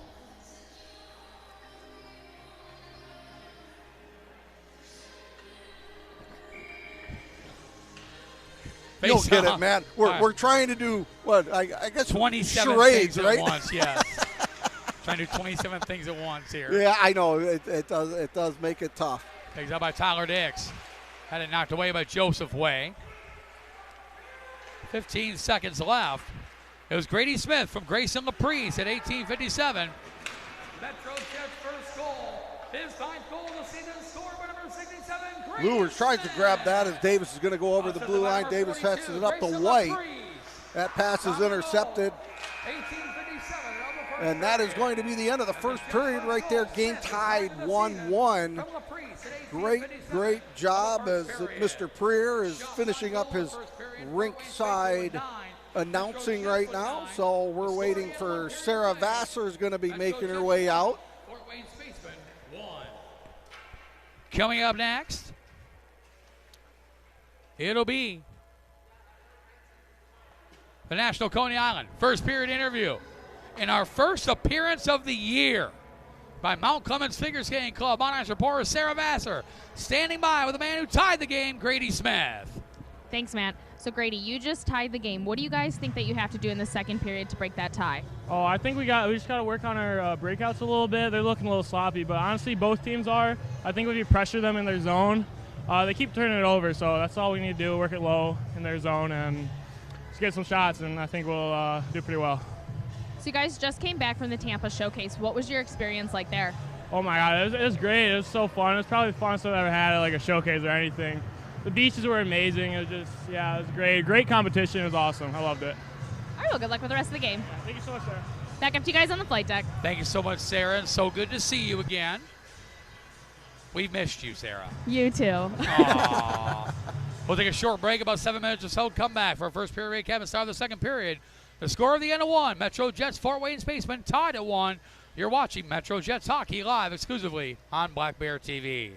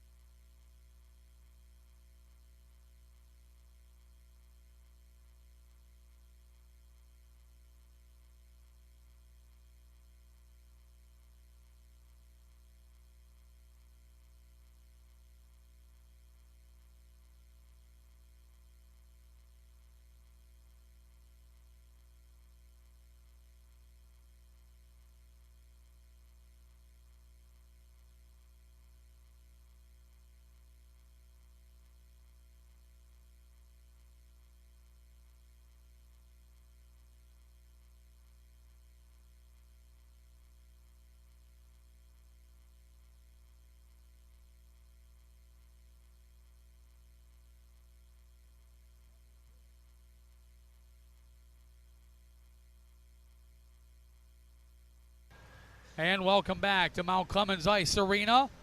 We're located approximately 30 minutes northeast of Motown, Detroit, in Mount Clemens, Michigan. Game 1 of our Thursday doubleheader. First games of the 2026 calendar year here at MCIA. This matchup in USPHL Elite play to score at the end of 1. Metro Jets, Fort Wayne Spacemen tied at 1. My name is Matt Preer, the voice of the Metro Jets Hockey Club up high in the flight deck alongside Matt Naiman. Our Black Bear TV broadcast producer and color analyst, Tyler Naiman, as always, at the controls of the camera. While Mount Clemens Figure Skating Club on ice reporter Sarah Vassar in search of new victims for the new calendar year. She's going to respond one of these times. She will. As long as that light's blinking, she's out of range. Yes. So one of these times we're going to catch her. National Coney Island first period recap. National Coney Island has been in business since 1965. 61 years now. And currently owns and operates over 20 restaurants here in southeastern Michigan. Corporate headquarters located just down the road in Roseville. Home of the original location. Call 1-888-44-CONEY and order now. Did you know there's a National Coney Island in Detroit Metropolitan Airport? Yes. I did not know that until I walked in and saw it. Well, yeah, it's been there for a minute. Waiting on my flight to go to Tampa. I'm like, whoa, National Coney Island. There's lunch. Yeah, I've hit that. We either do that or, just so we can sit down at a table and eat. We'll actually, grab the big breakfast meal at McDonald's. Yes. We'll do that waiting for our flight. And then there is, we fly out of Flint quite a bit. Yep. And there is a good little concession place that's got some fantastic burgers. Really good. We got to think about some upcoming flights here in March. Yeah, quite a few. Yes, indeed. Quite a few yes, flights. Indeed. A little bit late, little announcement. We're going to wait for the premiere game to make the Yeah. one announcement. But first period recap, shots on goal. In the first period, Fort Wayne Spacemen with 9. Metro Jets with 9. And a fast-paced first period for Tyson Feinfrock, his 4th goal of the season on the assist from Dylan Davis. That came at 15:03 to give the Spacemen a 1-0 lead. Then the Jets responded. Grady Smith, his 9th goal of the season from Grayson Laprise, with 1:03 to go in the first period to tie the game for the Jets. Yeah, that and only just the 2 penalties total, one aside, the offsetting penalties, which led to some 5-on-5 hockey. But, other than that first period literally just flew by. They were letting them play. And, both sides, as we discussed off air here, Matt, both sides need to tighten it up a bit with their passing and puck control and getting sticks in the lane and blocking the shots, because they're able to get to some of those rebounds. They're not blocking them out, and that could be dangerous going either way. This is the first of 3 straight home games for the Metro Jets against the Fort Wayne Spacemen, the first of 2 in about 24 hours. These 2 teams right back in action tomorrow, Friday, January 9th, here at MCIA. Troy Oral Surgery pregame show, 11:45 a.m., face-off at 12:15. These 2 teams back in action again on Wednesday, January 21st. But in between there for the Spacemen, they have a couple games against a couple of Chicago teams, including this Sunday, January 11th. They'll travel over to Summit Ice Arena to play the Chicago Cougars at a high noon Central Time, 1 p.m. Eastern face-off. Then they'll host the Chicago T-Rex on January 17th at PSM Ice House before coming back here to play the Jets. Once again. The Spacemen, like the Jets, are either going to play each other or a team out of Chicago the rest of the way. Yeah. Yeah, but, that's where right now, especially for these 2 teams, every single point is important. That's going to determine the home ice advantage. Yeah, we're going to talk about that here in the second period, how the playoff format's going to work in the USPHL Elite Midwest Division. This much we can tell you. Well, let's just do it now. Top 3 teams in the final regular season standings in the USPHL Elite Midwest Division. Well, they're going to get a bye. A direct pass right to the divisional semifinals. Well, that, and for those of you who may not understand, the reason why the top 3 are getting the bye is because there's only the 5 teams in there. Yep. If it was the 6, it would only be the top 2. But since there's 5, they're doing 3. That way one's going to be knocked out, and then they turn around and go from there and play it out. So the only quarterfinal matchup in the playoffs will be seeds 4 and 5. If the playoffs were to start today, the Chicago T-Rex would host the Chicago Cougars. The best of 3 series for the right to play the newly crowned 2026 USPHL Elite Midwest Division champions, the Chicago Crush. Yeah, and I'll tell you what, good on the Chicago Crush. They came out, they have been on a tear this year. They've been playing fantastic hockey. Yes, they have. Second period underway. The Metro Jets, of course, the home team, wearing the home whites for the remainder of the calendar of the season. With the blue shoulders and a red trim, they're skinning left to right on your television screen with a Fort Wayne Spaceman out of Fort Wayne, Indiana, wearing the road blacks with the white, gray, and orange trim. They are skinning right to left on your Black Bear TV dial. So for all practical purposes, Matt Naiman, this is your number 2 and number 3 seed at the moment. Just a matter of who clinches the number 2 seed to get that coveted home ice advantage in the USPHL Elite Divisional Semifinal Playoff Round. As Party makes a save, and as the whistle blew, the puck came out from between the legs of Party, but the whistle had already blown, keeping it 1-1. This is the only game on the docket today in the USPHL Elite side. Also a programming note for our friends at Black Bear TV World Headquarters. Immediately following the SESpayroll.com player of the game interview, we'll step aside for like 30 seconds and come right back at the Troy Oral Surgery pregame show. USPHL Premier Game, second game of our Thursday doubleheader, the Metro Jets. Fort Wayne Spaceman, rare non-divisional game here in the regular season. And that doesn't involve a showcase. We get a few of those a year. Yes, we do. Not too many. That went up and out of play and into the Fort Wayne bench or off a player. I think it caught assistant coach Jared Lamoth in the shoulder. He just shook it off. So, what was that? Yeah. Is that a fly? What was that, mosquito? Sam Hansen sends it in. At least it wasn't like what we've seen in some other rinks, and it was a bat. Yeah, no kidding. Did we have a bat in here a couple of years ago?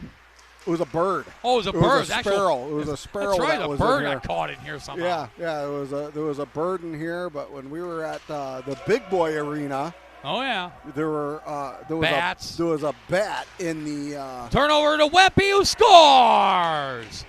Rylan Wempe on the turnover. Made it count, and it's 2-1 Spaceman. As Rylan Wempe, the 20-year-old from Lloydminster, Alberta, Canada, his 12th goal of the season, and the Spacemen reassume the lead at 2-1. And that's just one of the things that we were talking about, that they need to button up, that they gotta be able to cover that. And he gave that rebound up. No one was there to cover him, and he was able to pop that right in. Rylan Wempe makes it 2-1 for the Spacemen. Turnovers so critical. Mistakes so critical. And against a team like this, you can't do that. No, that could go either way. I mean, right now, obviously, that one there went in Fort Wayne's favor, but you can't be doing that. Rylan Wempe, his 12th goal of the season, unassisted, has given the Spacemen a 2-1 lead. Jets 4-on-1. Shores brings it in. A little toe drag. Little shot. Saved by Cars. Boy, Shores put on a show there. Man. Aiden Cars comes up big with a save. That was nice stick handling by Jason Shores. That was. That's a first I've seen him do something like that this year. Even Jake Howie smiled at that. So did Danny Vanderweel. They're both smiling. Someone ate their Wheaties this morning. Right? Rylan Wempe's 12th goal of the season, unassisted at 1:42, has given the Spacemen a 2-1 lead. Fort Wayne Spaceman's second goal.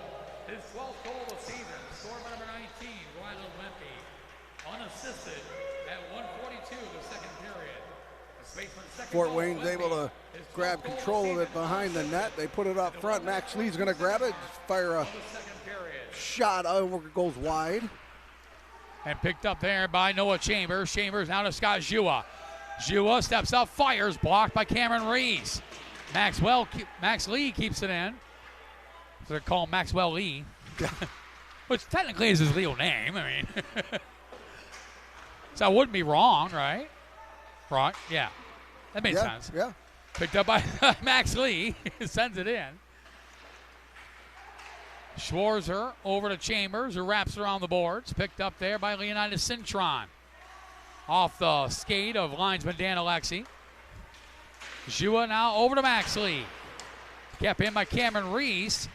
Knocked away by Jua. Now picked up by Noah Chambers. Chambers will bring it in. He's got Grayson Laprise trailing. Shot into the glove of Aiden Karst, who hangs on. 16-14 to go here in the second period. So yeah, the playoff format, USPHL Elite Midwest Division. Top 3 seeds, based off the regular season standings, will get a bye, a free pass directly into the Elite Midwest Divisional semifinals. The 4th and 5th seed will play each other for the right to play the division champions, the Chicago Crush. So again, for all practical purposes, if everything goes, like we say, as the way it should, this is your second divisional semifinal matchup right here. Yeah, the Jets and the Spacemen. You're getting I guess you could say, is a prelim game right here. No doubt. So what these two teams are battling for right now, because these two teams play each other. This is just bragging rights right now. Well, but it's positional bragging rights. Right. And these two teams will see each other 3 more times after this game. And the keynote to that, Matt Naiman, is this game and the remaining 3 against each other, all of them here at Mount Clemens Ice Arena. Yeah, so you got the home ice advantage, and right now, it doesn't seem to matter. For Fort sure. Wayne's up 2-0 right now, or 2-1 right now. So, but again, congratulations to the Chicago Crush, who have already clinched the 2026 USPHL Elite Midwest Division Championship. And they've had a banner season this year. Oh, they have. They have. They've been lights out this year. They have caused havoc in the Elite Division this year. 32 wins, 3 losses, no overtime losses, 2 shootout losses. One of those shootout losses, though, coming on home ice there at the hands of these Metro Jets. So it's not like the Jets aren't competitive with the Crush. No, they pulled the short straw. Yeah. Jaden Provencher sends it across, looking for Ronnie Lubers, who deflects it by Joseph Way. Tyler Dix goes after it. Lubers a little bit of help. He'll grab it. Lubers turns around, fires, saved by Karst. LeGros grabs the rebound, back to Lubers, back to Jua. Scott Jua, back to Ronnie Lubers. Nice stick handle, shot up high and wide. And Karst didn't see that. It went high. Hansen looking for Tyler Dix. Had it knocked away. Comes back to Hansen, who sends it right back into the spaceman zone. Picked up by Braden Heber. Heber deflected in by Stratman with a... That one up through the rafters, through the girders, into his glove. And Party with a Wow. Willie Mays catch. Wow. And then he makes a save with 14-18 to go. I was expecting that to hit the beam. It went right in between them. I know there's some people going, who's Willie Mays? He was a all-star gymnast. He was not.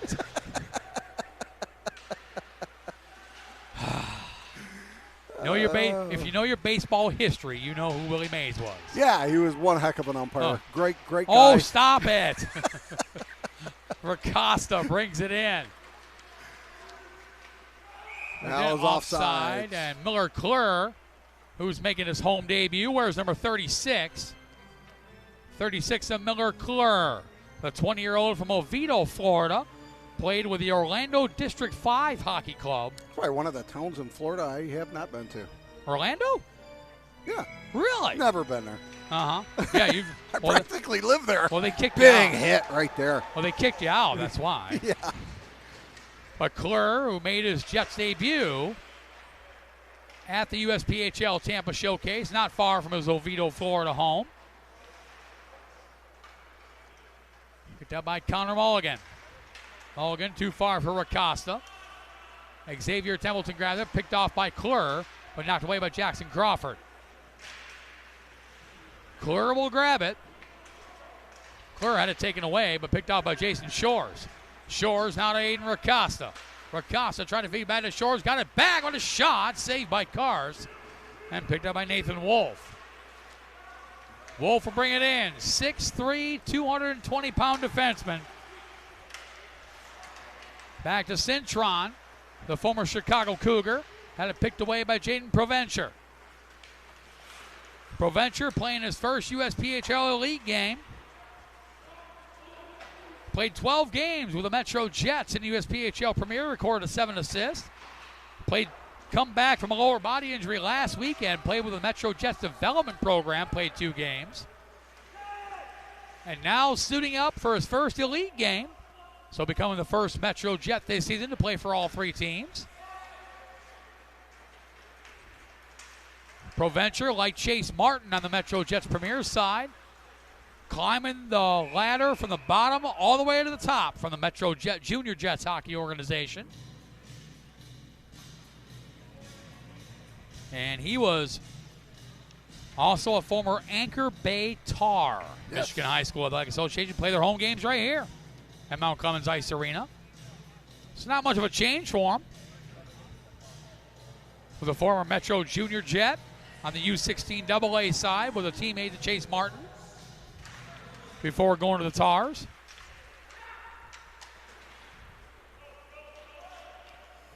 And it's Provencher with the puck. Up to Cam Maxwell. Maxwell too far for Noah Chambers.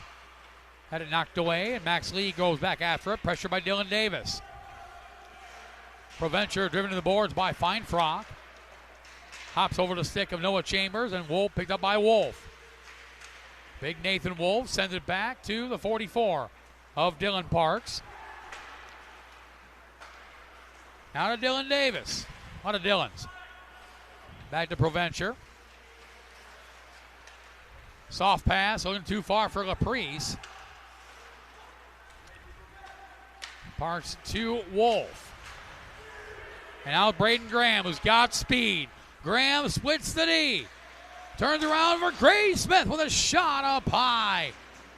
Comes back to the point for Axonoff with a shot deflected into the glove of Aiden Cars, who hangs on with 11:26 to go here in the second period. Well, it was good, some good little transitions there going into that zone, firing those shots in on them, and that was a good thing. They were able to get in there, get a line change, because that line right there, for that minute or so that they were out there, there was 5 or 6 mishandled passes. They were behind them, in between the legs. They got to start getting the tape to tape on this, or they're gonna end up in trouble, and Fort Wayne's gonna jump on it. Joseph Way pressured in the boards there by Tyler Dix. Gets a little bit of help from Jarrett LeGros. Had it stripped away there by the 40 and Nicholas Chenet. Chenet to Stratman, who sends it in. Otto goes after it. Pressure by Rylan Wempe, who gave his spaceman a 2-1 lead with his 12th goal of the season. Axonoff not out. Kept in by Heber with a shot off the blocker of Party. Tyler Dix trying to get it out. Kept in by Wempe. Over to Stratman, who sends it over to the corner. Axonoff will go after it. Proudly sporting his chipped tooth from the USPHL Tampa Showcase. Yeah, so we had one chip tooth. One of them got their tooth fixed already. Yeah, Donnie Pratt's already got his tooth fixed. He looks like $1 million again. Yeah. I think that adds character. Oh, yeah, that's what Axonoff said. He said the girls like it. Yeah. So. What happened? Got to do a fight. Yeah, man.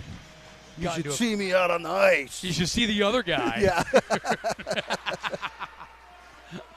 We're going to get crap for that, right? Yeah.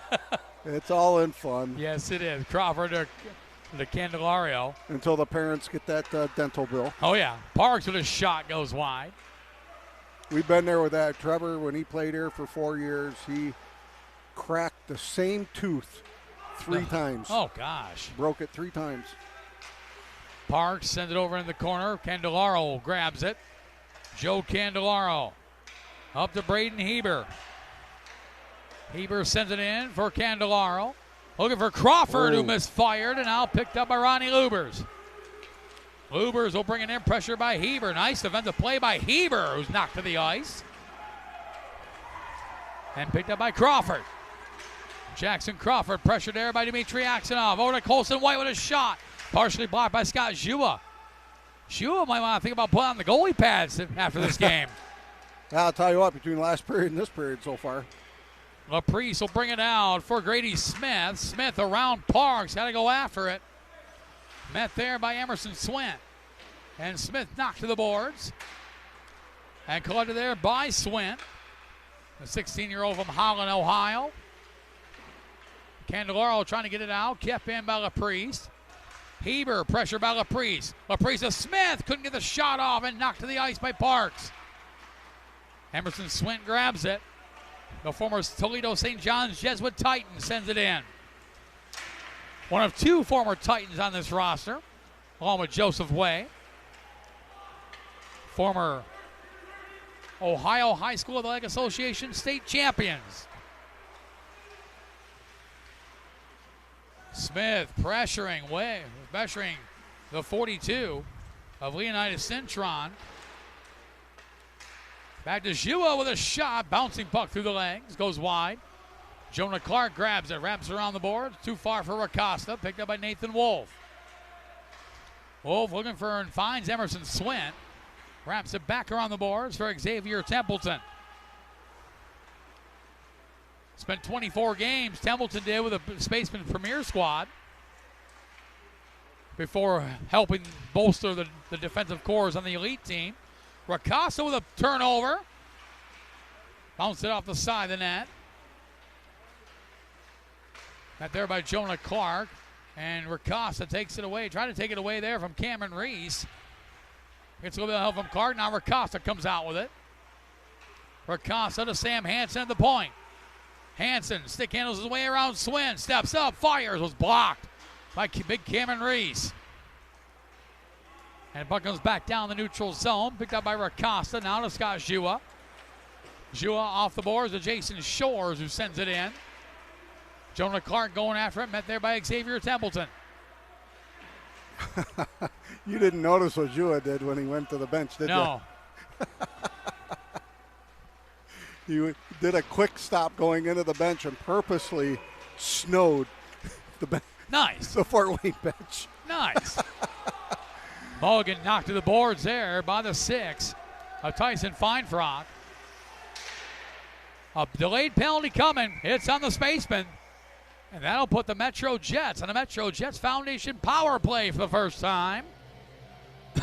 As Feinfrock and Noah Chambers discussing where to go after lunch, and Chambers is telling them, you need to go to the Golden Greek. The chicken noodle soup is on special today, and the All-American cheeseburger is a special. Corned beef and cabbage. Oh, corned beef and cabbage, but it's not on special. Yeah, it was on their special. Oh, was it? Yes, it was. was. Oh, I missed that. I Yes, saw the it All-American was. cheeseburger. Yeah.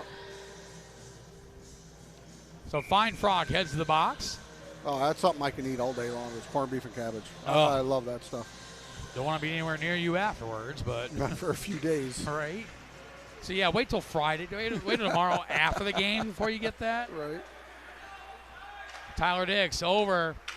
Jaden Provencher with a shot. Carr swings a save, and he'll hang on with 6:43 to go here in the second period. Opportunity for the Jets to tie this game. They trail 2-1. Tyson Feinfrock, 2-minute minor for roughing at the 13:04 mark.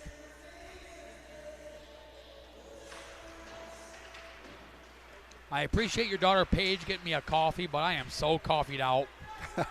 Oh my gosh. I can smell colors. Tyson Dix over to Jarrett LeGros, and it knocked away by Colson White. Provencher grabs it. There's times I have enough coffee I can see air. Yeah, right. Fort Wayne Spaceman penalty. So we'll see what, there's a Feinfrock. minute and 20 seconds left in this power play. We'll see what the Jets are able to do. They're able to get it over the blue line, coming around the side of the net. Little bump out there. They lost it behind the net. That means the Metro Jets will go. They're going to pass up to Otto. Otto passes it across. They're going to take a shot off the post. Tyler Dix Rings that one off the iron. Jets still in control. Otto back to Dix. Top of the face-off circle with a shot. Doesn't get all the way through. Ricasa trying to bounce it through. Dylan Davis trying to knock it out. Kept in by Dix. Over to Gavin Otto's got room with a shot. Blocked by Rylan Wempe. Nice defensive play by Wempe, but knocked there by LeGros. Braden Heber grabs it. Knocked away by Tyler Dix. LeGros goes after it. Wempe gets there first. Wraps it around the boards. Otto keeps it in. Otto with a shot blocked there by Dylan Davis. And here comes Davis. Nice little stutter step to deflect it into the Jets zone. Picked up by Otto now to Axonov. Over to Grayson Laprise. Laprise intended for Grady Smith. Intercepted by Matt Shackert. Axonov now to Braden Graham. Graham knocked away by Shackert. Laprise kicks it into the spaceman zone. 5 seconds left in the power play. Nice play by Graham to keep it in, but the power play's over. Both teams back to full strength. So the spaceman 1 for 1 on the penalty kill.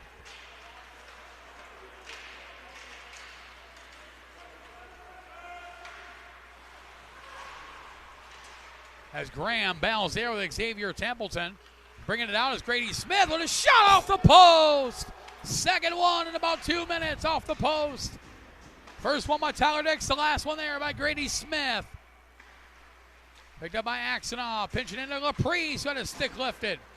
Comes back to Mulligan, pressured there by Stratman as Templeton grabs it. Laprise knocks him to the ice. Picked up by Maxwell. Maxwell and Templeton both go down. Picked up by Mulligan. Mulligan with a shot for the deflection by Chambers. It goes wide. Chambers wraps it around the boards. Laprise at the end of a very long shift. He's been out since the middle part of the power play. He has. He's still going strong in there. He is definitely one that's going to be running to the bench when he gets the opportunity. Yes, indeed. He's still digging there with Templeton. Digs it out himself. And now picked up by the 6 of Feinfrock. And Tyson there he goes in Feinfrock. for that change. Yes, he does. Both teams going for wholesale changes. Mulligan for Cam Maxwell. 3:30 to go. Here in the second period, spaceman up 2-1. Picked up by Eli Schwarzer, overskated the puck. Chambers bails him out with a shot, goes wide. Eli Schwarzer. Hard-working defensive forward. You don't see it a lot in the stats with Eli Schwarzer. But his intangibles he brings, just a goal and 4 assists this season. For the intangibles that Schwarzer, the 17-year-old Detroit native, brings. Very, very impressive for the former Victory Honda Hockey Club product. Yeah, he's one of those players that I guess you could say he's an interrupter of sorts. He's the kind of guy you want to just put on the opposing team's top scorer and just shadow him the whole game. Yeah. This is your job. You just follow him wherever he goes. Yeah. If he goes to the bathroom, follow him. Don't let him do anything. Right. Picked up by Hansen. What a shot off the blocker of Karst. Picked up by Jonah Clark. Clark tried to feed it back to Hansen. Was knocked away. Kept in, though, by Shores. Jason Shores over to Hansen. Hansen with a shot just wide. 2:15 to go. Candelaro trying to get out. Kept by Mazua. Deflected by Shores. And Karst makes a save with 2:06 to go here in the second period. It looks like shots are definitely in favor of the Jets as these last, including the power play and what's left here. I mean, they had probably 4 minutes of domination in the Fort Wayne zone, and they've been able to fight them off. I mean, good on them, but some real good offensive zone coverage. To your point, Metro Jets out shooting the spacemen 10-6 in the second period, 19-15 overall. And 2 opportunities off the iron. Otherwise, a 3-2 hockey game. Yeah. Jarrett LeGros brings it in. The game of inches right there. And for sure. Provencher, nice little stick handle behind the net. Provencher trying to stick handle. Still stick handle his way through. He was going to attempt, I think, to put that up top to Otto, which I finally get it up to him. Dix to Otto, back to Dix. Deflects it towards the net for LeGros with a shot up high and wide. Back to Provencher. He's got a shot. He's got a cannon for a slap shot. He went for the wrist, and Stratman blocks it. Not sure if Provencher would have had time to wind up on that. He'll send it up to Lubers. Ronnie Lubers to Tyler Dix. Dix with a shot. Save. Rebound. Comes out. Puck is loose. Net comes off. Mass chaos in the blue paint. And now we got a bit of a brouhaha. To the left, a goaltender, Aiden Karst. I'm not sure exactly what caused all that. Besides, guys got and they're Lubers, still going. Yeah, he Lubers got his helmet ripped off. Throwing punches at Shackert. He's got the gloves off. Lubers throwing some haymakers. His day is going to be over. Ronnie Lubers. And now Provencher and Wolf, two big men going at it. And they fall to the ice. Jaden Provencher 6'3", Nathan Wolf 6'3". Two big boys going at it as well.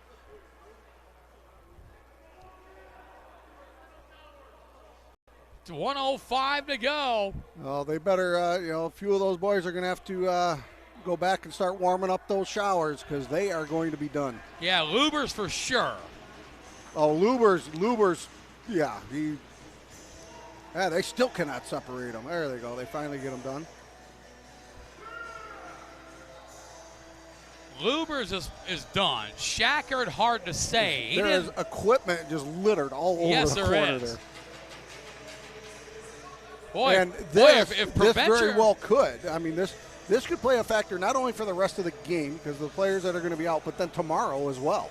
I mean, this very well could drag into tomorrow. Right.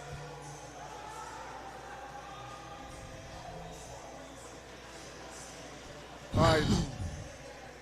Lubers is out and Provencher is out. For sure. Shackert and Wolf were the combatants. Wolf's probably out. Shackert's over the bench. Yeah, I have not seen a Fort Wayne player come off. There goes Wolf. Okay. So we'll get her all straightened out. Yeah, this is going to take a minute. There was a lot involved, so we'll see what these. They're going to explain stuff to the benches. Lubers had both gloves off, and he was throwing haymakers at Matt Shackert. Oh, and he got him a good one too. He did. Yeah. And there goes Shackert. His night is over. Or is he going to the penalty box? Because he may not have dropped the gloves. He's going to the box. He didn't drop the gloves. He did not drop the gloves.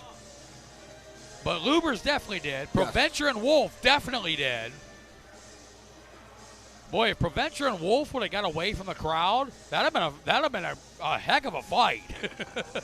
A couple boys 6'3". That would have been a heavyweight championship match. Oh right there. Man! But now I'm trying to figure out exactly what started that. Yeah, I mean it was mass chaos in front right of in front of the net, Karst. and they crashed the net, but the goaltender was like rubbed. Not even really necessarily hit. Right. And then, I mean, guess you could say all hell broke loose out there. Pretty much. And the referee is going to discuss this one. This may take a minute.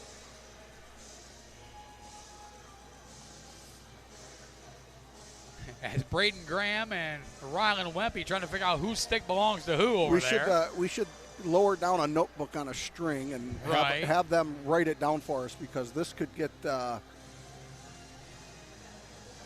There we go. You see the referees discussing things.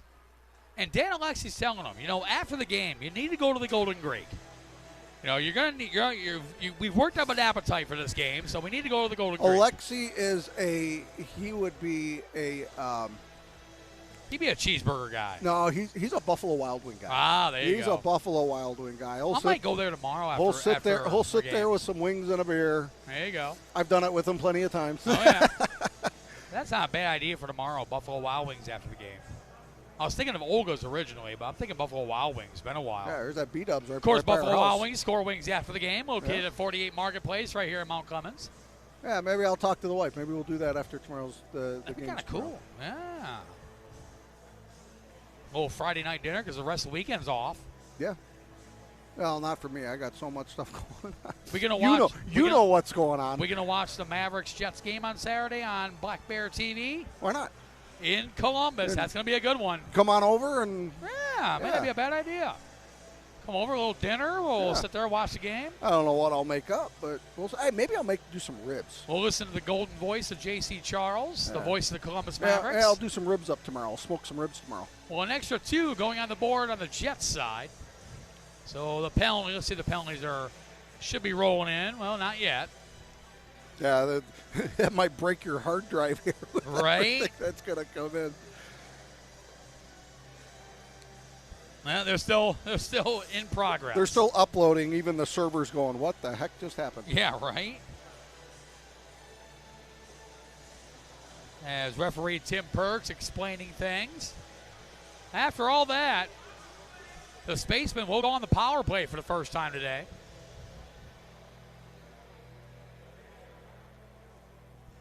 And the Spacemen on the power play, not bad. 16.7%. Scored 16 power play goals and 96 opportunities of the man advantage. 13th best in the USPHL Elite. While the Metro Jets on the take it to the mat, Michigan athlete training penalty kill for the first time today. 86% of the penalty kill. Scored 3 shorthanded goals. Yeah, and this is going to be something that the Jets defense right now is really going to have to help Paradis out, because we've seen him struggle a few times, and I guess you can say here we go. Miscalculate where the puck is at. All right, so Matt Shackert and Ronnie Lubers, 5 minutes for fighting in the game misconduct. I like that one. Nathan Wolf, and that's going to be Jaden Provencher. 5 minutes for fighting in the game misconduct. The extra 2 hasn't gone up yet, so that's what we got fine.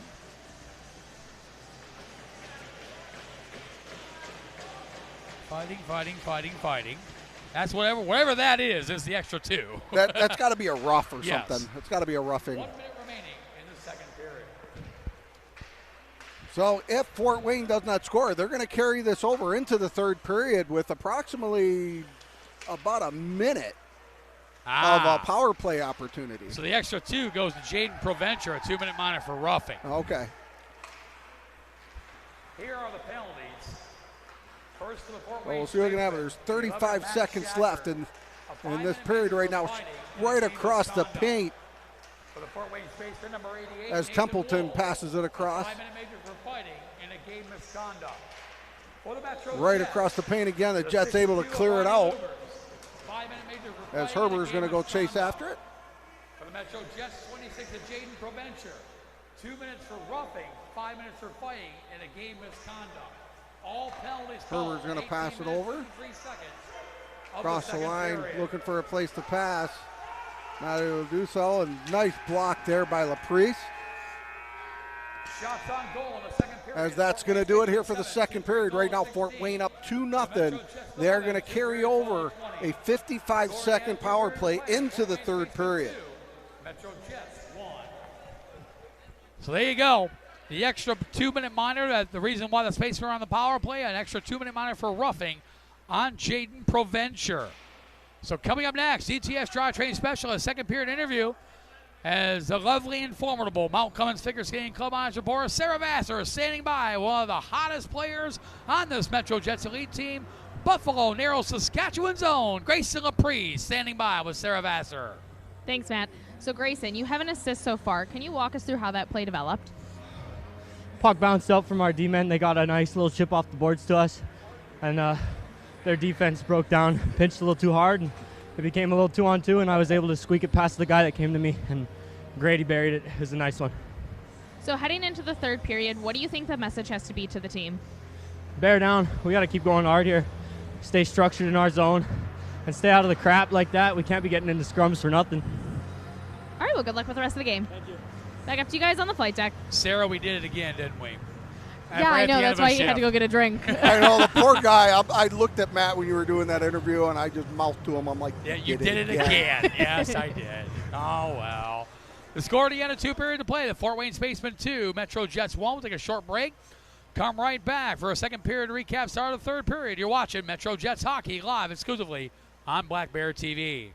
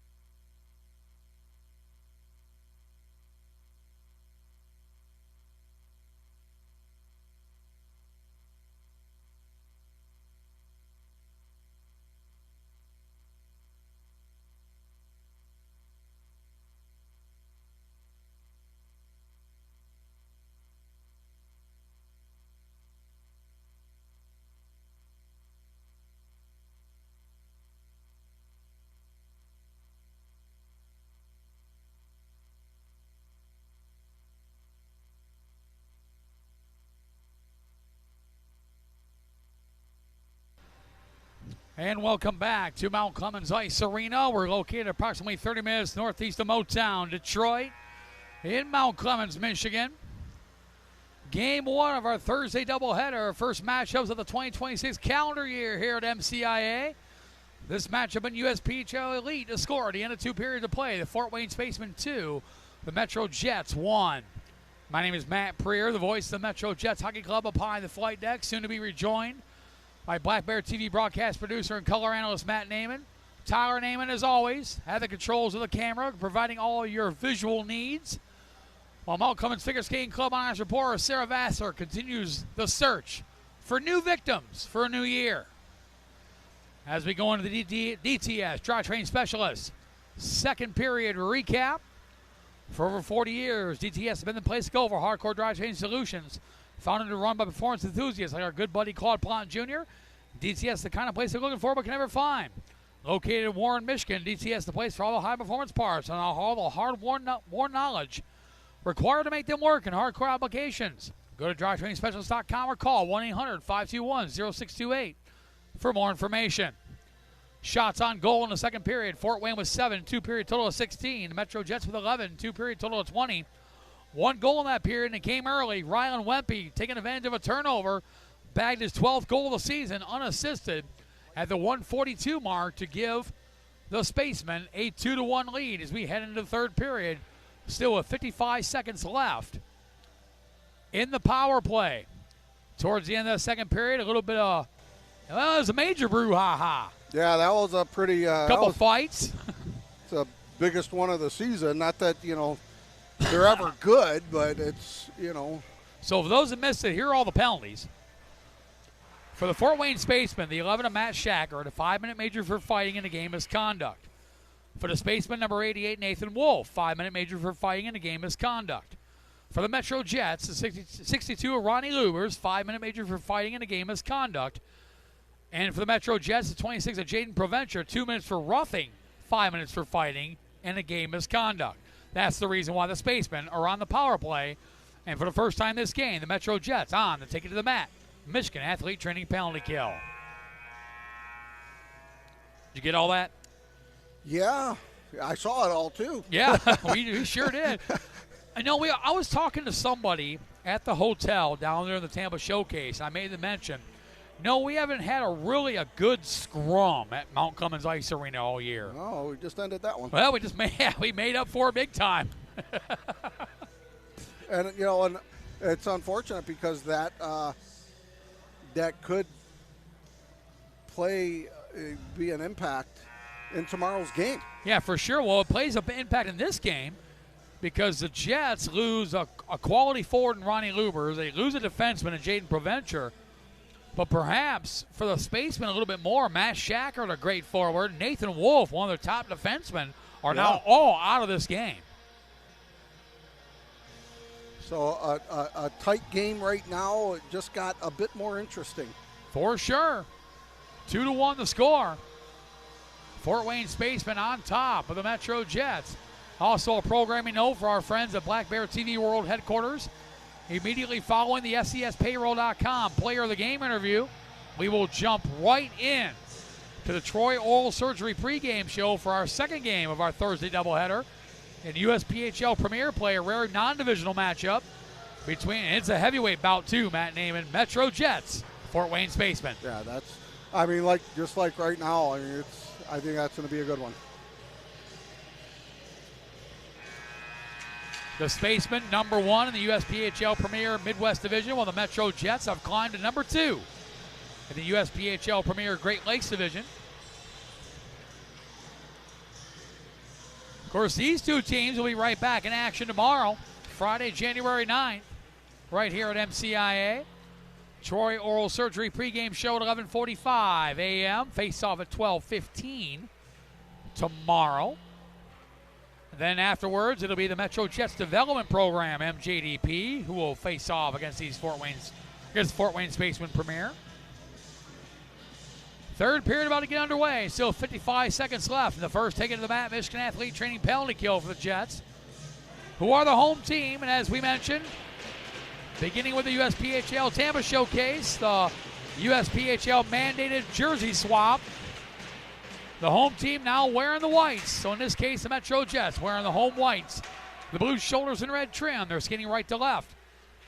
On your television screen, one of the Fort Wayne spacemen who call PSM Ice House in Fort Wayne, Indiana home. They are the road team wearing the road blacks with a white, orange, and gray trim. They are skating left or right on your Black Bear TV dial. Whether it's your Android, your iPhone, your iPad, your laptop, your big screen TV, however and wherever you're watching us, including several parents now who wear earbuds and listening in on the broadcast. Oh, here we go. We appreciate you tuning in live on Black Bear TV as Recosta with a shot saved by Aiden Karst. Picked up by Colson White. White now to Braden Heber. Heber trying to skate around Scott Jua, was knocked away, and that's going to do it for the power play. So both teams now 1 for 1 the penalty kill. That was definitely a penalty kill that the Jets needed to kill off. They could not allow a goal on that. Not as tight as this game is right now. They can't afford to go down 2-1 or 3-1 against this team on a goal. Rylan Wempe, who has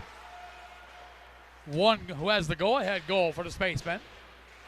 Feeds it to Nicholas Chenet. Had it knocked away by Axenoff. Down to Sam Hansen. Hansen overskated the puck. Gathers it back up, but was knocked away by Chenet. And Braden Graham ran into his own teammate, but a shot scored! Nicholas Chenet, and that was a result of Braden Graham and Grayson LaPriest running into each other. Chenet, the puck came right to Nicholas Chenet, and he made no mistake. Yeah, he got right up there in the slot, fired it right over his shoulder. Chenet, the 18-year-old from Otterburn Park, Quebec, Canada, picks up his 3rd goal of the season, and the spaceman with a 3-1 lead over the Metro Jets. Jets are really going to have to button it up right now here with, there's 18-21. There's a lot of hockey left here, but with the way this game is going, they're not getting very many opportunities. A win here by the spacemen would move them into a tie for second with the Metro Jets in the USPHL Elite Midwest Division, though the Jets would have the tiebreaker advantage. But you don't want to get that close if you're a Jets fan. No, you don't. You don't. You just rather outright win it than going, with the goal differential. Fort Wayne spaceman's 3rd goal. His 3rd goal of the season, scored by number 40, Nicholas Chenet. So we'll see how they're going to respond here. 17:38 left in this period right now. Fort Wayne up 3-1. Has almost got that taken away. They're going to try to get back down to the other zone. They're able to do so. They're going to chase it down into the corner. Jets pressing. Picked up by Jason Shores. Had it knocked away by Joe Candelaro. Over to Jackson Crawford. Crawford knocked away by Jonah Clark, who feeds it to Gavin Otto. Otto now to Scott Jua. Ricasa deflects it in.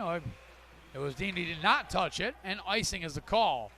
17:07 to go here in the 3rd period.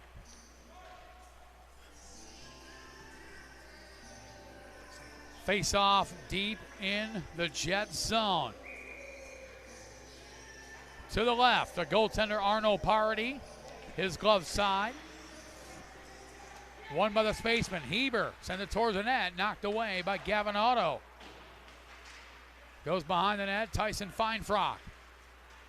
With the puck, trying to keep it in. He does. Nice play there to keep it away from Shores with a shot off the blocker of Parody. Jua gets it out with a little bit of help from Shores. Jua gets it right back at center ice.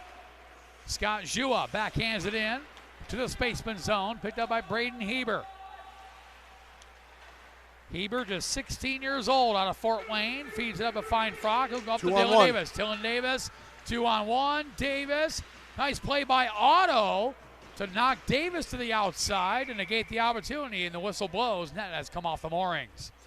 16:22 to go. Nicholas Chenet, his 3rd of the season from Hayden Stratman at 139, has given the spaceman a 3-1 lead. Graced by the presence of Coach Jamie Lovell up here. Ah, yeah. As he gets ready for the Jets Spaceman Premier game. which will be coming up immediately following this one. As part of our doubleheader Thursday. We'll have another doubleheader just like it tomorrow. Almost like it. Jets and Spaceman Elite. Troy Oral Surgery pregame show, 11:45 a.m. tomorrow. Face off at 12:15. Will be followed by the Metro Jets Development Program, MJDP, against the Fort Wayne Spacemen. Today, rare non-divisional matchup, Metro Jets of the Great Lakes Division against the Fort Wayne Spacemen. A battle of heavyweights. Those games are just fun. Yeah. When you get a couple of heavyweights like Big that. hit there in the corner. That was by Sam Hansen on Nicholas Chenet. Chenet grabs and trying to feed it up to the 24 of Xavier Templeton. Puck knocked into the neutral zone. Dylan Parks will send it right back in. Hansen tees it out of the air. Hansen to Jarrett LeGros. LeGros pressured by Templeton. Templeton takes it away. Templeton trying to feed it out. Kept in by Racosta. Bench minor. Too many men on the ice on the Metro Jets. That's not what they needed. Oh, boy. So for the second time today, the Metro Jets will go on to take it to the mat. Michigan athlete training penalty kill. A 2-minute bench minor for too many men on the ice. Did you see who went in to serve that? I think it was Jason Shores. Possibly. I could be wrong. Well, I see Shores on the bench, so it wasn't him. Yeah, we'll find it. It'll get posted. It should. Big penalty kill here for the Jets. And they need it. Trailing 3-1. 15-19 to go here in the third period. Penalty being served by Connor Mulligan. I did see a 5. And here comes Gavin Otto. Over to Aiden Racosta, shorthanded to Grayson Laprise. Laprise with a shot, scores! Grayson Laprise, shorthanded, has given the Jets life. They trail 3-2. As Grayson Laprise, the 20-year-old from Buffalo Narrows, Saskatchewan, his 14th goal of the season, second of the year shorthanded, and the Jets trail by 1. We told you in the Troy Oral Surgery pregame show how much Grayson Laprise has stepped up as a leader on this team. He just showed it there. Yeah, for a second time, for his second shorthanded goal of the season. Big goal by Grayson Laprise to pull the Jets to within 1. Shot up high on Party, and it'll come all the way down. And that was just the effect of, leaving that rebound out there. You were 2-on-2 on that, but you still had that guy coming in on you. You didn't have any Fort Wayne here, and there we got a giveaway again. And they weren't able to do anything with that, as Templeton's going to bring it in. Templeton puts it back behind the net, still has it, goes all the way back up top. Fires a shot, that stop goes back down the other way. As Feinfrock. Metro Jets goal, shorthanded. Well, Feinfrock was going to go after it. Now he's not. He's being chased down. Grayson Laprise, assisted by number 77, Aiden Racosta. As that's fired back into the corner and out of play. Time to go, 4:53 in the third period. That's a Jets' second goal. 45 seconds left in this power play. The only goal in this power play is the shorthanded goal by Metro, bringing the score to 3-2 here in the third period. 14:05 left. So Grayson Laprise, his 14th goal of the season from Aiden Racosta and Gavin Otto at 4:53. Laprise now with a goal and an assist. And still 35 seconds left in the Spaceman power play. Nicholas Chenet will bring it in, puts on the brakes, send it across over for Ronald Wempe. Wempe now with the puck. Wempe back to Heber. Heber with a shot through a screen. Save made there by Parody. And here comes Max Lee the other way. Lee will fire it into the glove of Aiden Karst. who hangs on with 13:29 to go here in the third period. Yeah, and that's not a bad idea that what Lee did right there. Fired it in on him. Either A, he's going to catch it, block it, chance of a rebound, or it goes wide, puck stays in play, takes out that rest of that power play opportunity for Fort Wayne. So that was a good choice for Lee to do that. A big penalty kill here by the Metro Jets with a shorthanded goal to boot. Yeah, that's definitely a power play that went in the wrong direction for Fort Wayne there. Picked off by Jarrett LeGros. LeGros with a shot, bouncing puck save made there by Karst. Puck comes out into the neutral zone for Max Lee. Lee off the boards of Tyler Dix. Dix lobs it into the spaceman zone. Grayson Laprise, big shorthanded goal.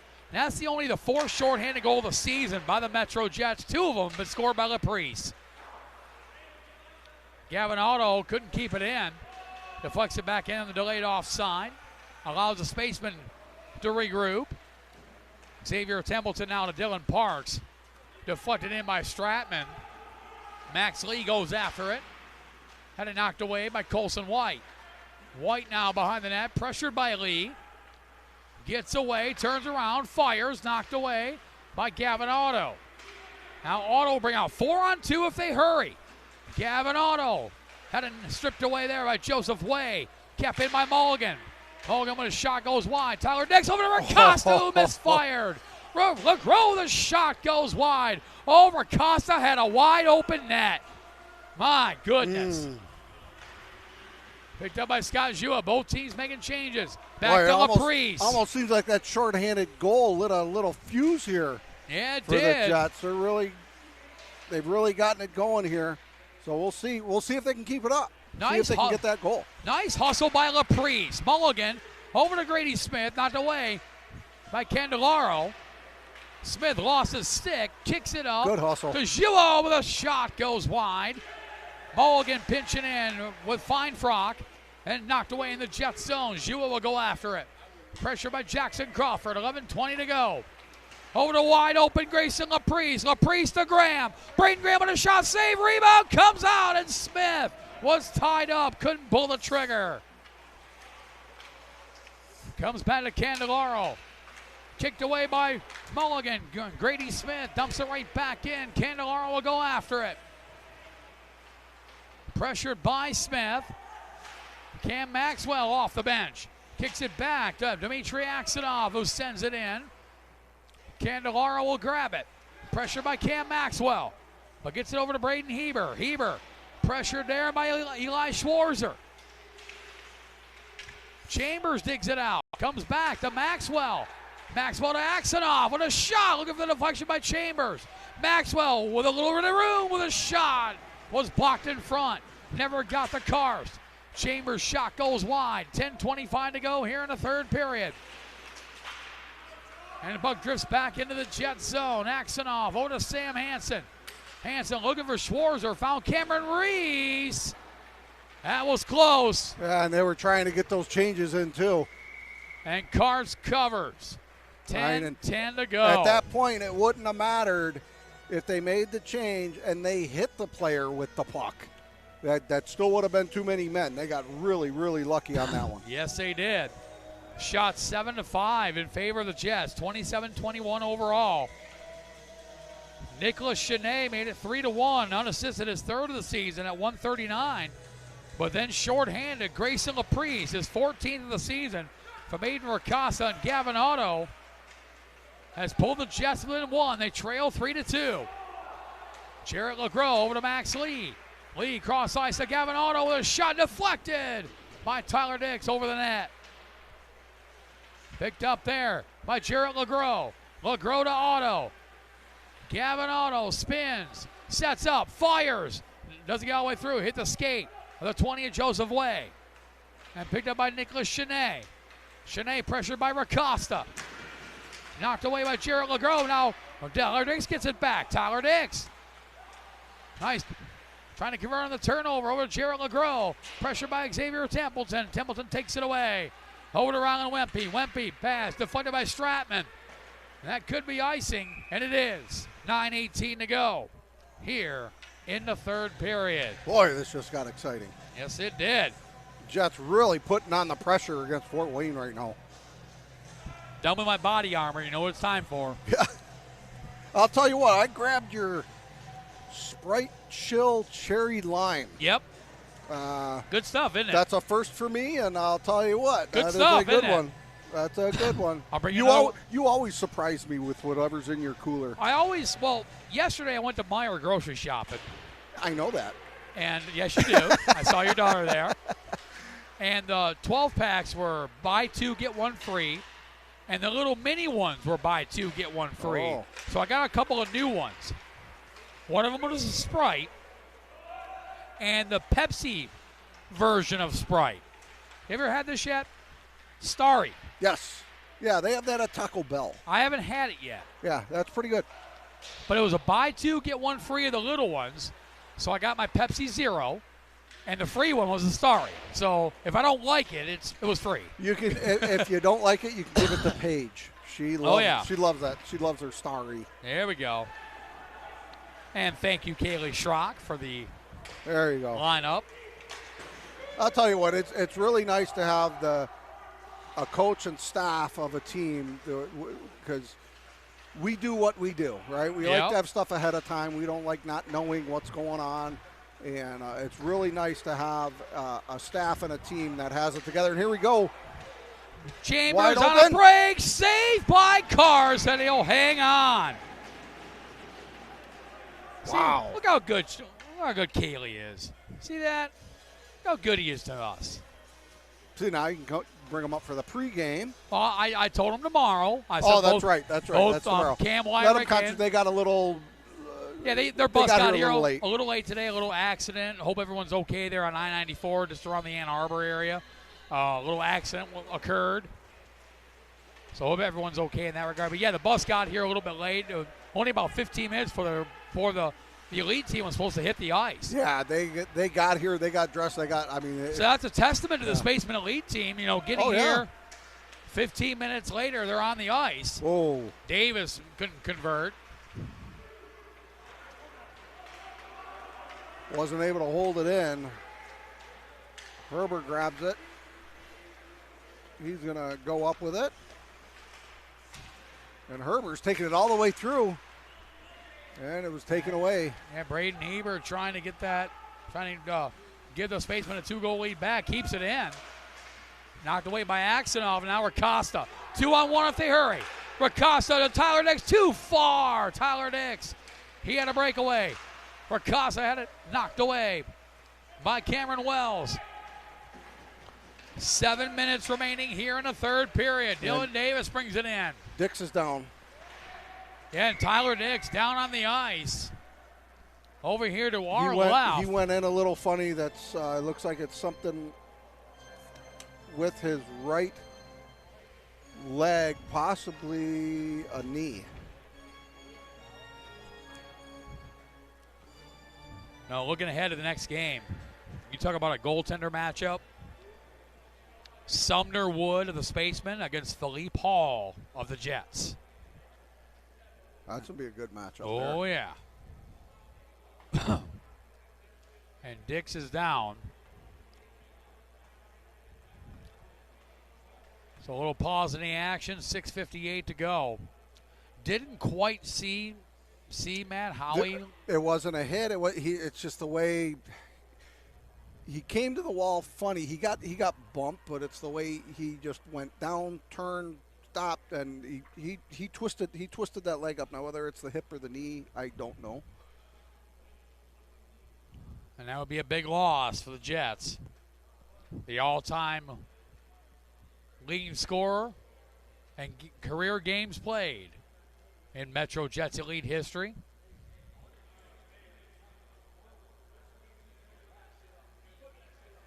But whatever happened, he felt it. He felt it right away. I saw the whole thing happen, and you could just see that it was instant. Yeah, you can see him here. He's in pain. He is in some pain. So we hope he's okay. We hope it's just a even just a twist. We hate to see any of this happen to any of the players, but hopefully it's just something that a little bit of rest will fix. 6:58 to go here in the third period. 3-2 to score. Spaceman out in front. Shots 9-5 in favor of the Jets. 29-21 overall. It was 2-1 going into the third before Nicholas Chenet on a turnover threw it past goaltender Arno Party for his third of the season, unassisted at 139. And then Grayson Laprise, shorthanded, his 14th of the season from Aiden Mercasa and Gavin Otto at 4:53 to pull the Jets to win one. They trail 3-2. That's not the way the Jets wanted to get a breather. No. Not at all. And especially with it being Tyler Dix. And he'll get some help. Good to see him up anyways. Yeah, he was putting no pressure on that right leg. No, none at all.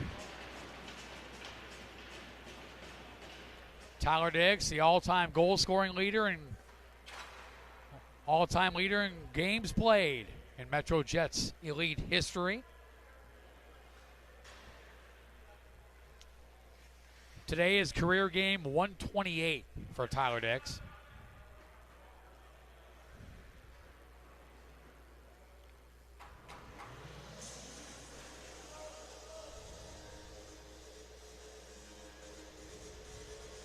Like we said, we hope he's okay, but we're going to get right back into the action here with 6:58 left here in this third period with Fort Wayne with a 3-2 lead right now. 6:58 to go here in the third period. The Jets already minus Ronnie Lubers and Jaden Provencher. Now they're without Tyler Dix. Max Lee, Chambers kicks it to Maxwell. Had it knocked away. Chambers bails him out. Eli Schwarzer. Yeah, if there's a time for a player to step up, right now is the time to do it. Like Eli Schwarzer trying to feed it up to Noah Chambers. Had it knocked away. Davis knocked out the puck by Chambers. Puck comes out to Gavin Otto. Otto feeds it into the corner for Eli Schwarzer. Schwarzer. Pressure there by Dylan Davis. Cam Maxwell to Chambers. Had it knocked away and now brought out by Tyson Feinfrock. Nice play by Max Lee. And here comes Lee. Oh, he almost had a break. He had Chambers next to him. The Schwarzer trying to feed it out in front. Knocked away by the 26th of Colson White. Picked up by Xavier Templeton. Now to Nicholas Chenet, who's got the go-ahead goal at the moment for the Spaceman, who send it in. That could be icing. And indeed it is. 5:44 to go here in the third period. We know the Chicago Crush and General Manager head coach Phil Bushbacher watching on Black Bear TV. Welcome you guys in.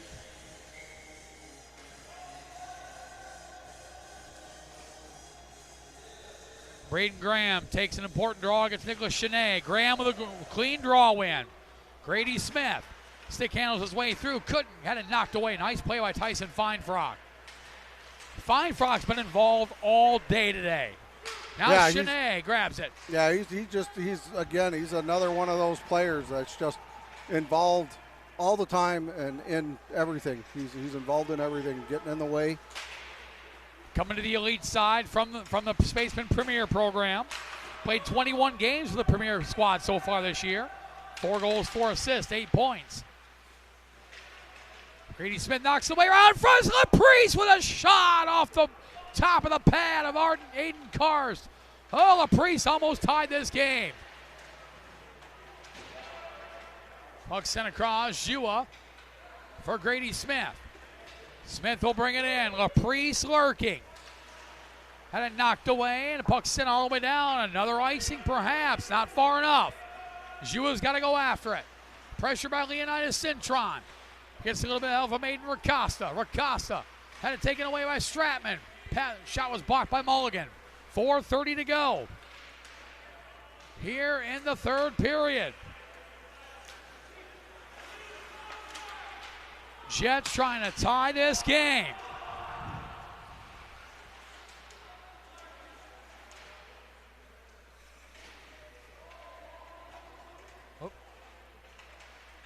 Pressure in and picked up by Racosta. The puck goes to the goal mouth.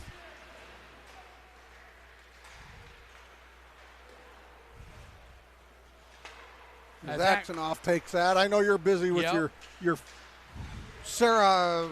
Getting everything organized for our post-game interview. Yeah.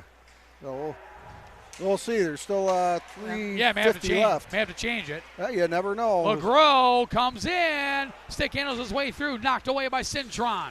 That's one of those situations right there that's just a bit, that was too much. Axonoff will bring it in. Time winding down. 3:30 to go here in the third period. Axonoff, a little bit of help from Jared LeGros, digs it out. LeGros up to the point for Noah Chambers with a shot. Looking for the deflection by Cam Maxwell. Hanson brings it in. Hanson pitching it for the blue line, trying to feed out in front to LeGros, was knocked away by Emerson Swint. Picked up by Maxwell. Off the boards, kept in by Stratman. Kicks it over to Rylan Wempe. Wempe with a shot off the glove of Arnold Party. 2:55 to go here in the third. Another shot up high. Stratman grabs it. Send it out in front, looking for Wempe. Couldn't pull the trigger. Max Lee was right there. Stratman grabs it, pressured by Maxwell. Axonoff goes after it ahead of Nicholas Chenet.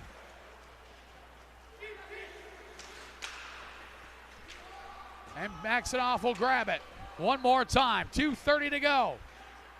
Max Lee picked off there by Chenet to find Frock. Over to Party, who kicks it aside. Comes back to Joseph Way at the point with a shot up high over everybody. Eli Schwarzer trying to get it out. Kept in by White. And now Max Lee grabs it. Lee with a little bit of speed. Knocked to the boards. There by Colson White. 2 minutes to go here in the third period. Danny Vanderweel expecting to call Arnold Party to the bench at any time. But the Jets have to get possession and control first. Picked up by Fine Frog. Knocked away by LaPrice. Picked up by Braden Graham, and here comes Graham with LaPrice. Graham steps up, fires, scores! Braden Graham ties the game for the Metro Jets. Oh my!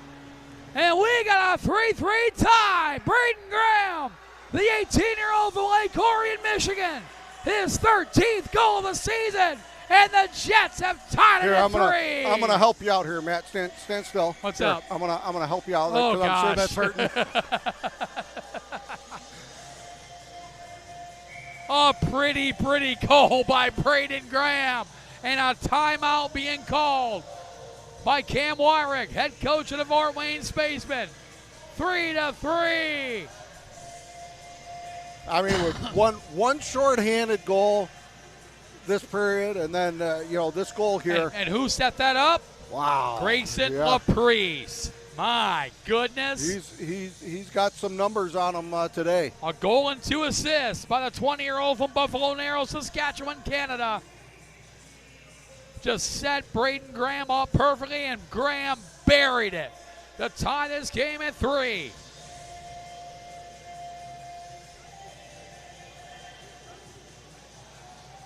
Well, Page is trying to get the refs, and I don't know if they're not here or what, but she's knocking on the door and no one's answering. Right. So we'll get her squared away.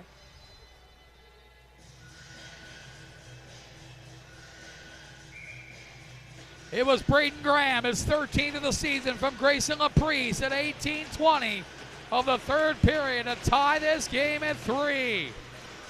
Metro Jets third goal. well, we'll see. Clark gets that taken away. Wumpy going to go in on it. Loses it. Jets coming back down the other way. Here comes LeGros. LeGros has Racosta trailing. LeGros grabs it again, brings it back up top. The shot that goes wide. Mulligan's going to try to keep it in. Is not able to do so. LeGros going to go after it. White's got it. Puts it back into the zone. 1:10 to go here in the third period. Fine Frog had it knocked away by LeGros, and Jonah Clark gets in the neutral zone. Neither team would be mad about going to overtime. No, It'd be an extra that point. would not be a bad thing at all. Templeton knocked on the puck there by Jonah Clark. Less than a minute remaining in the third period. Yeah, neither team would not be mad whatsoever about gaining that extra point. Puts even more real estate between both the Jets and the Spacemen and the Chicago Cougars and Chicago T-Rex. Picked up by Maxwell, which would all but guarantee a Jet Spaceman semifinal matchup. Picked up by Schwarzer. 20 seconds left. Eli Schwarzer sends it in, and Karst wisely covers with 16.4 seconds left here in the third period. We talked about it all game. It's starting with the Troy Oral Surgery pregame show. That Braden Graham line with Grayson Laprice and Grady Smith. They've accounted for all 3 goals today. Yeah, that's been a very, very, very strong line. It's been a line that's been getting stronger through the season. Smith, shot. Doesn't get all the way through. Almost picked off by Braden Graham again. Puck comes back. Knocked away now, picked up by Jackson Crawford. Crawford will bring it in. Crawford pressured there by Gavin Otto. Nice play by Otto to push him to the outside. Not to get a shot. And 3 periods is not enough. We're going to overtime. Shots on goal in the third period. A Fort Wayne Spaceman with 6. 3-period total of 22. Metro Jets with 10. 3-period total of 30. We now go to a 3-on-3 overtime coming next. 3-on-3 overtime next. And if that's not enough, a best-of-3 shootout. And if that's not enough, sudden death shootout until the cows come home. I don't want cows. I got enough stuff at my house. Do you know now? You know what I have in my house now? A goat, probably? No, not yet, but I'm sure that's coming. There is now 14 chickens at my house. Oh, good Lord. Well, I know what we're having for dinner on Saturday night. And now my daughter-in-law now has an incubator. Oh, so there's good going Lord. to be more. So I'm just going to take the chickens and throw them in the dorm. Yeah, no kidding. You know, let the Lord. boys figure it out. With both teams gaining a point, that guarantees the Jets and the Spacemen can finish no worse than 4th in the USPHL Elite Midwest Division. Guarantees it. They still got to settle it. And if the Chicago T-Rex go on a massive run, they can get in there. Here we go. Overtime.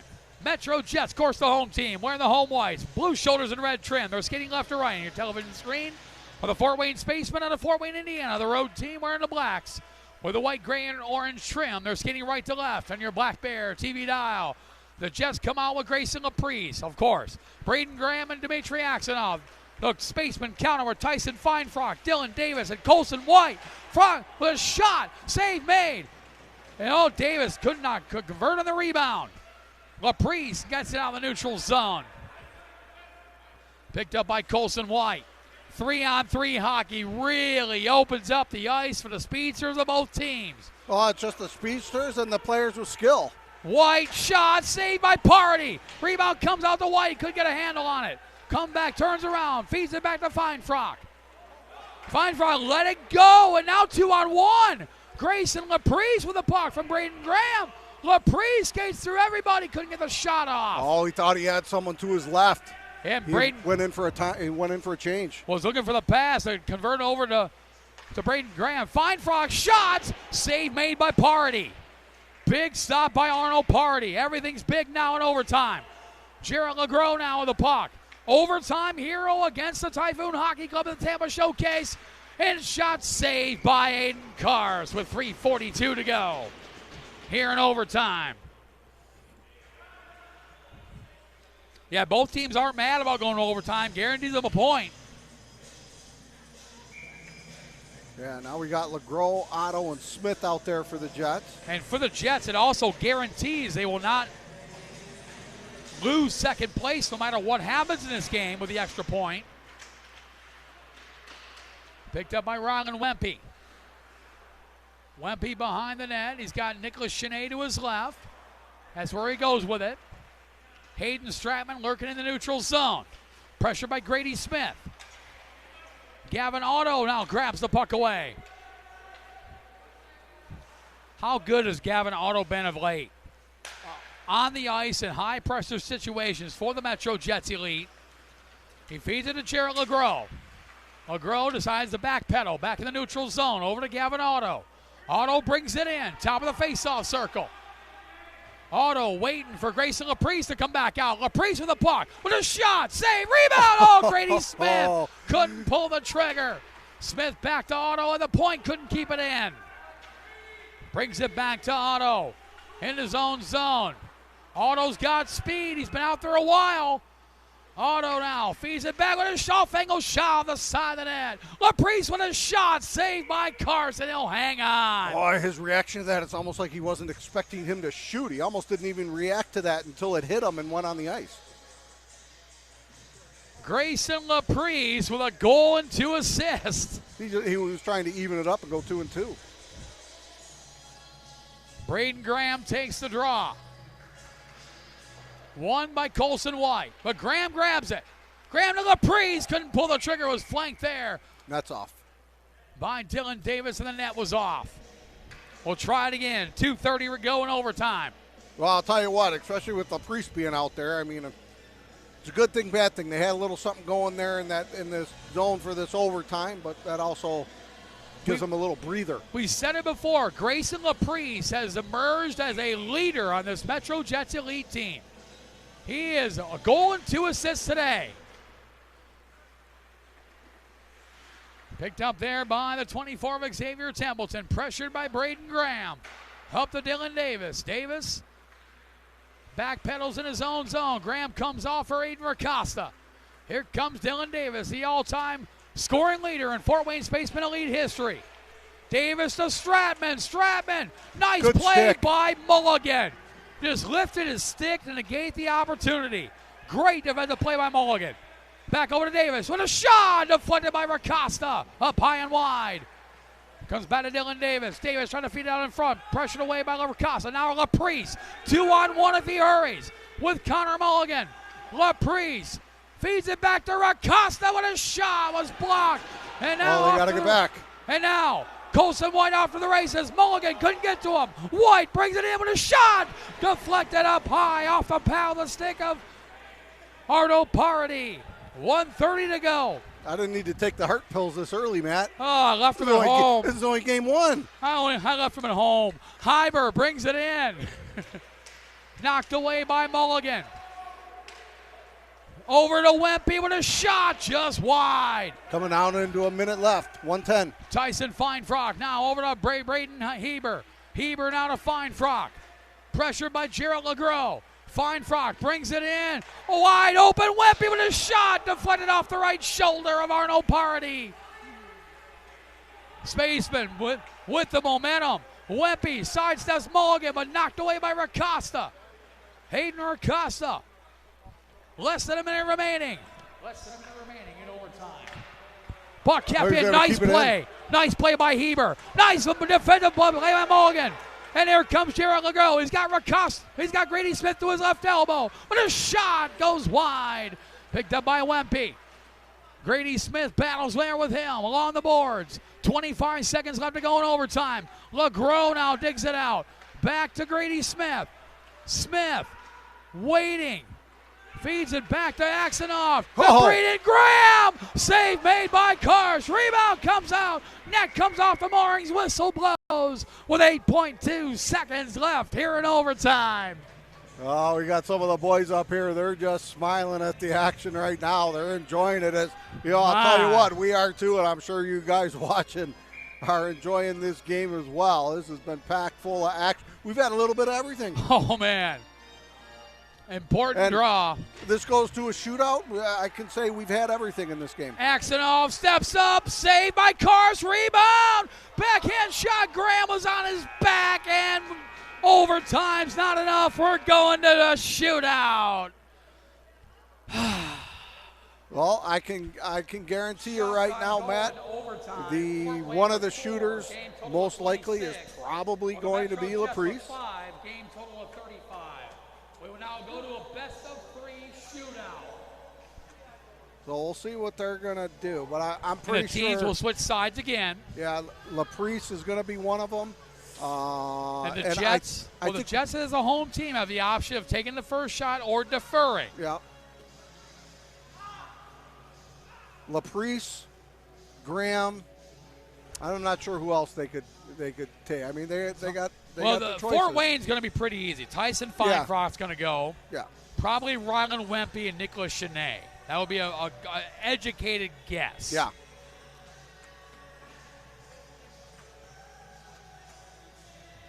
And the Fort Wayne and the Danny Vanderweel has deferred to the Spacemen. So the Fort Wayne Spacemen will shoot first. Dylan Davis will be the first up. He'll go one-on-one with Arno Party. Shooting first for Fort Wayne Spacemen, number 92, Dylan Davis. So here we go. Dylan Davis, the 19-year-old from Fort Wayne, Indiana, will go one-on-one with Arno Party. And there goes Davis over to the blocker's side. Top of the face-off circle, goes back to the center, slows her down. Backhand saved by Party. Shooting first to the Metro Jets, number 42, Grayson Laprise. Grayson Laprise, the 20-year-old from Buffalo Narrows, Saskatchewan, Canada, will go one-on-one with Aiden Karst. Laprise goes blocker side towards the center of the ice. Shot blocker save by Karst. 0-0 at the end of the first round. Shooting for the Fort Wayne Spacemen, the number 6 of Tyson Feinfrock. Tyson Feinfrock, the 18-year-old from South Bend, Indiana, will go up against Arno Party. And there goes Feinfrock, and he'll go blocker side. Top of the face-off circle, brings it in, a little speed shot, and no goal. Right under his knee. He thought He thought he had that behind him. He was able to catch that with his knee and stop it. Hey, we're both 2 for 2. Braden Graham will go up against Aiden Karst, the 18-year-old from Lake Orion, Michigan. He'll go glove side on Karst. Top of the face-off circle, steps up. Backhand shot, saved by Karst. That was a good little last-second backhand there. Yes, it was. I think if he would have been able to lift that would have went in. He just wasn't able to put it up enough. The Fort Wayne Spaceman, the number 26, Colson White. So Colson White, the 17-year-old from Fort Wayne, Indiana, will go up against the 16-year-old from Montreal, Quebec, Canada, Arno Party. Here comes White. He's got speed. Glove side shot saved by Party. If the Jets score here, the game is over. If he doesn't, we go to sudden death. Shooting next to the Metro Jets, the 13 of Jared LeGros. So LeGros scores, game over. If Karst makes a save, it's sudden death shootout. Here comes Jared LeGros, the 20-year-old from Kalamazoo, Michigan. Steps in, shot, saved by Karst. We will now go to a sudden death shootout. Shooting next to the Fort Wayne Spaceman, the 94, Hayden Stratton. Sudden death shootout, Matt Naiman. Well, I only gave him my 3. I don't know where they're going to go now. I mean, there's a lot in the arsenal on both ends. The 20-year-old from Tampa, Florida, comes in on glove side on Party with a shot saved by Party. So the Jets score, game over. If they don't, we continue on. Shooting next to the Metro Jets, the 94, Dmitry Aksanov. Dmitry Aksanov, the 18-year-old from Walnut Lake, Michigan, will go one-on-one with Aiden Karst. He'll go in toward the center of the ice, steps up, fires, scores! Wow! Game over! The Metro Jets have defeated the Fort Wayne Spacemen by a score of 4-3 in a shootout. Well, I think we know where our player of the game is. Indeed. Metro Jets goal scored by number 94, Dmitry Aksanov. Final score in a shootout. Metro Jets 4, The Metro Jets will climb to 20 wins, 11 losses, 1 overtime loss, no shootout losses, 41 points. The Fort Wayne Spacemen fall to 17 wins, 11 losses, 2 overtime losses, 2 shootout losses, but they gain a point. Yeah, 38 points, but they're that 3 all back. important. That all important point. They are 3 back now of the Metro Jets. Your SESpayroll.com player of the game with the shootout winner, Dmitry Aksenov, is your player of the game. SESpayroll.com player of the game, Dmitry Aksenov, standing by with Mount Clemens Snickers Game Club on as reporter, Sarah Vassar. Thanks, Matt. So, Dimitri, you scored that shootout goal. Can you walk us through what you saw there? I think I just had to move the goalie a little bit. I wanted to go left to right because I saw he was weak on his catcher side going up high. So I had to take advantage of the time being, and I just took the chance and I scored. All right, well, it worked. So you guys have another game again tomorrow. What do you think that you guys did well today that you need to carry into tomorrow's game? I think we were very possessive. We definitely need to keep that up. I think we definitely need to hit the body a little bit more, just watch the shoulders. But I think everything today, we did good. All right, well, great job today. Thank you. Back up to you guys on the flight deck. Sarah, thank you so much. And if you thought that game was good, coming up next, USPHL Premier Play between a couple of heavyweights, the Metro Jets, Fort Wayne Spacemen on the USPHL Premier side. We'll step aside for about 30 to 45 seconds, come right back for the Troy Oral Surgery pregame show for that game. But once again here, final score in a shootout in USPHL Elite Play, the Metro Jets 4, Fort Wayne Spacemen 3. You've been watching Metro Jets Hockey live exclusively on Black Bear TV.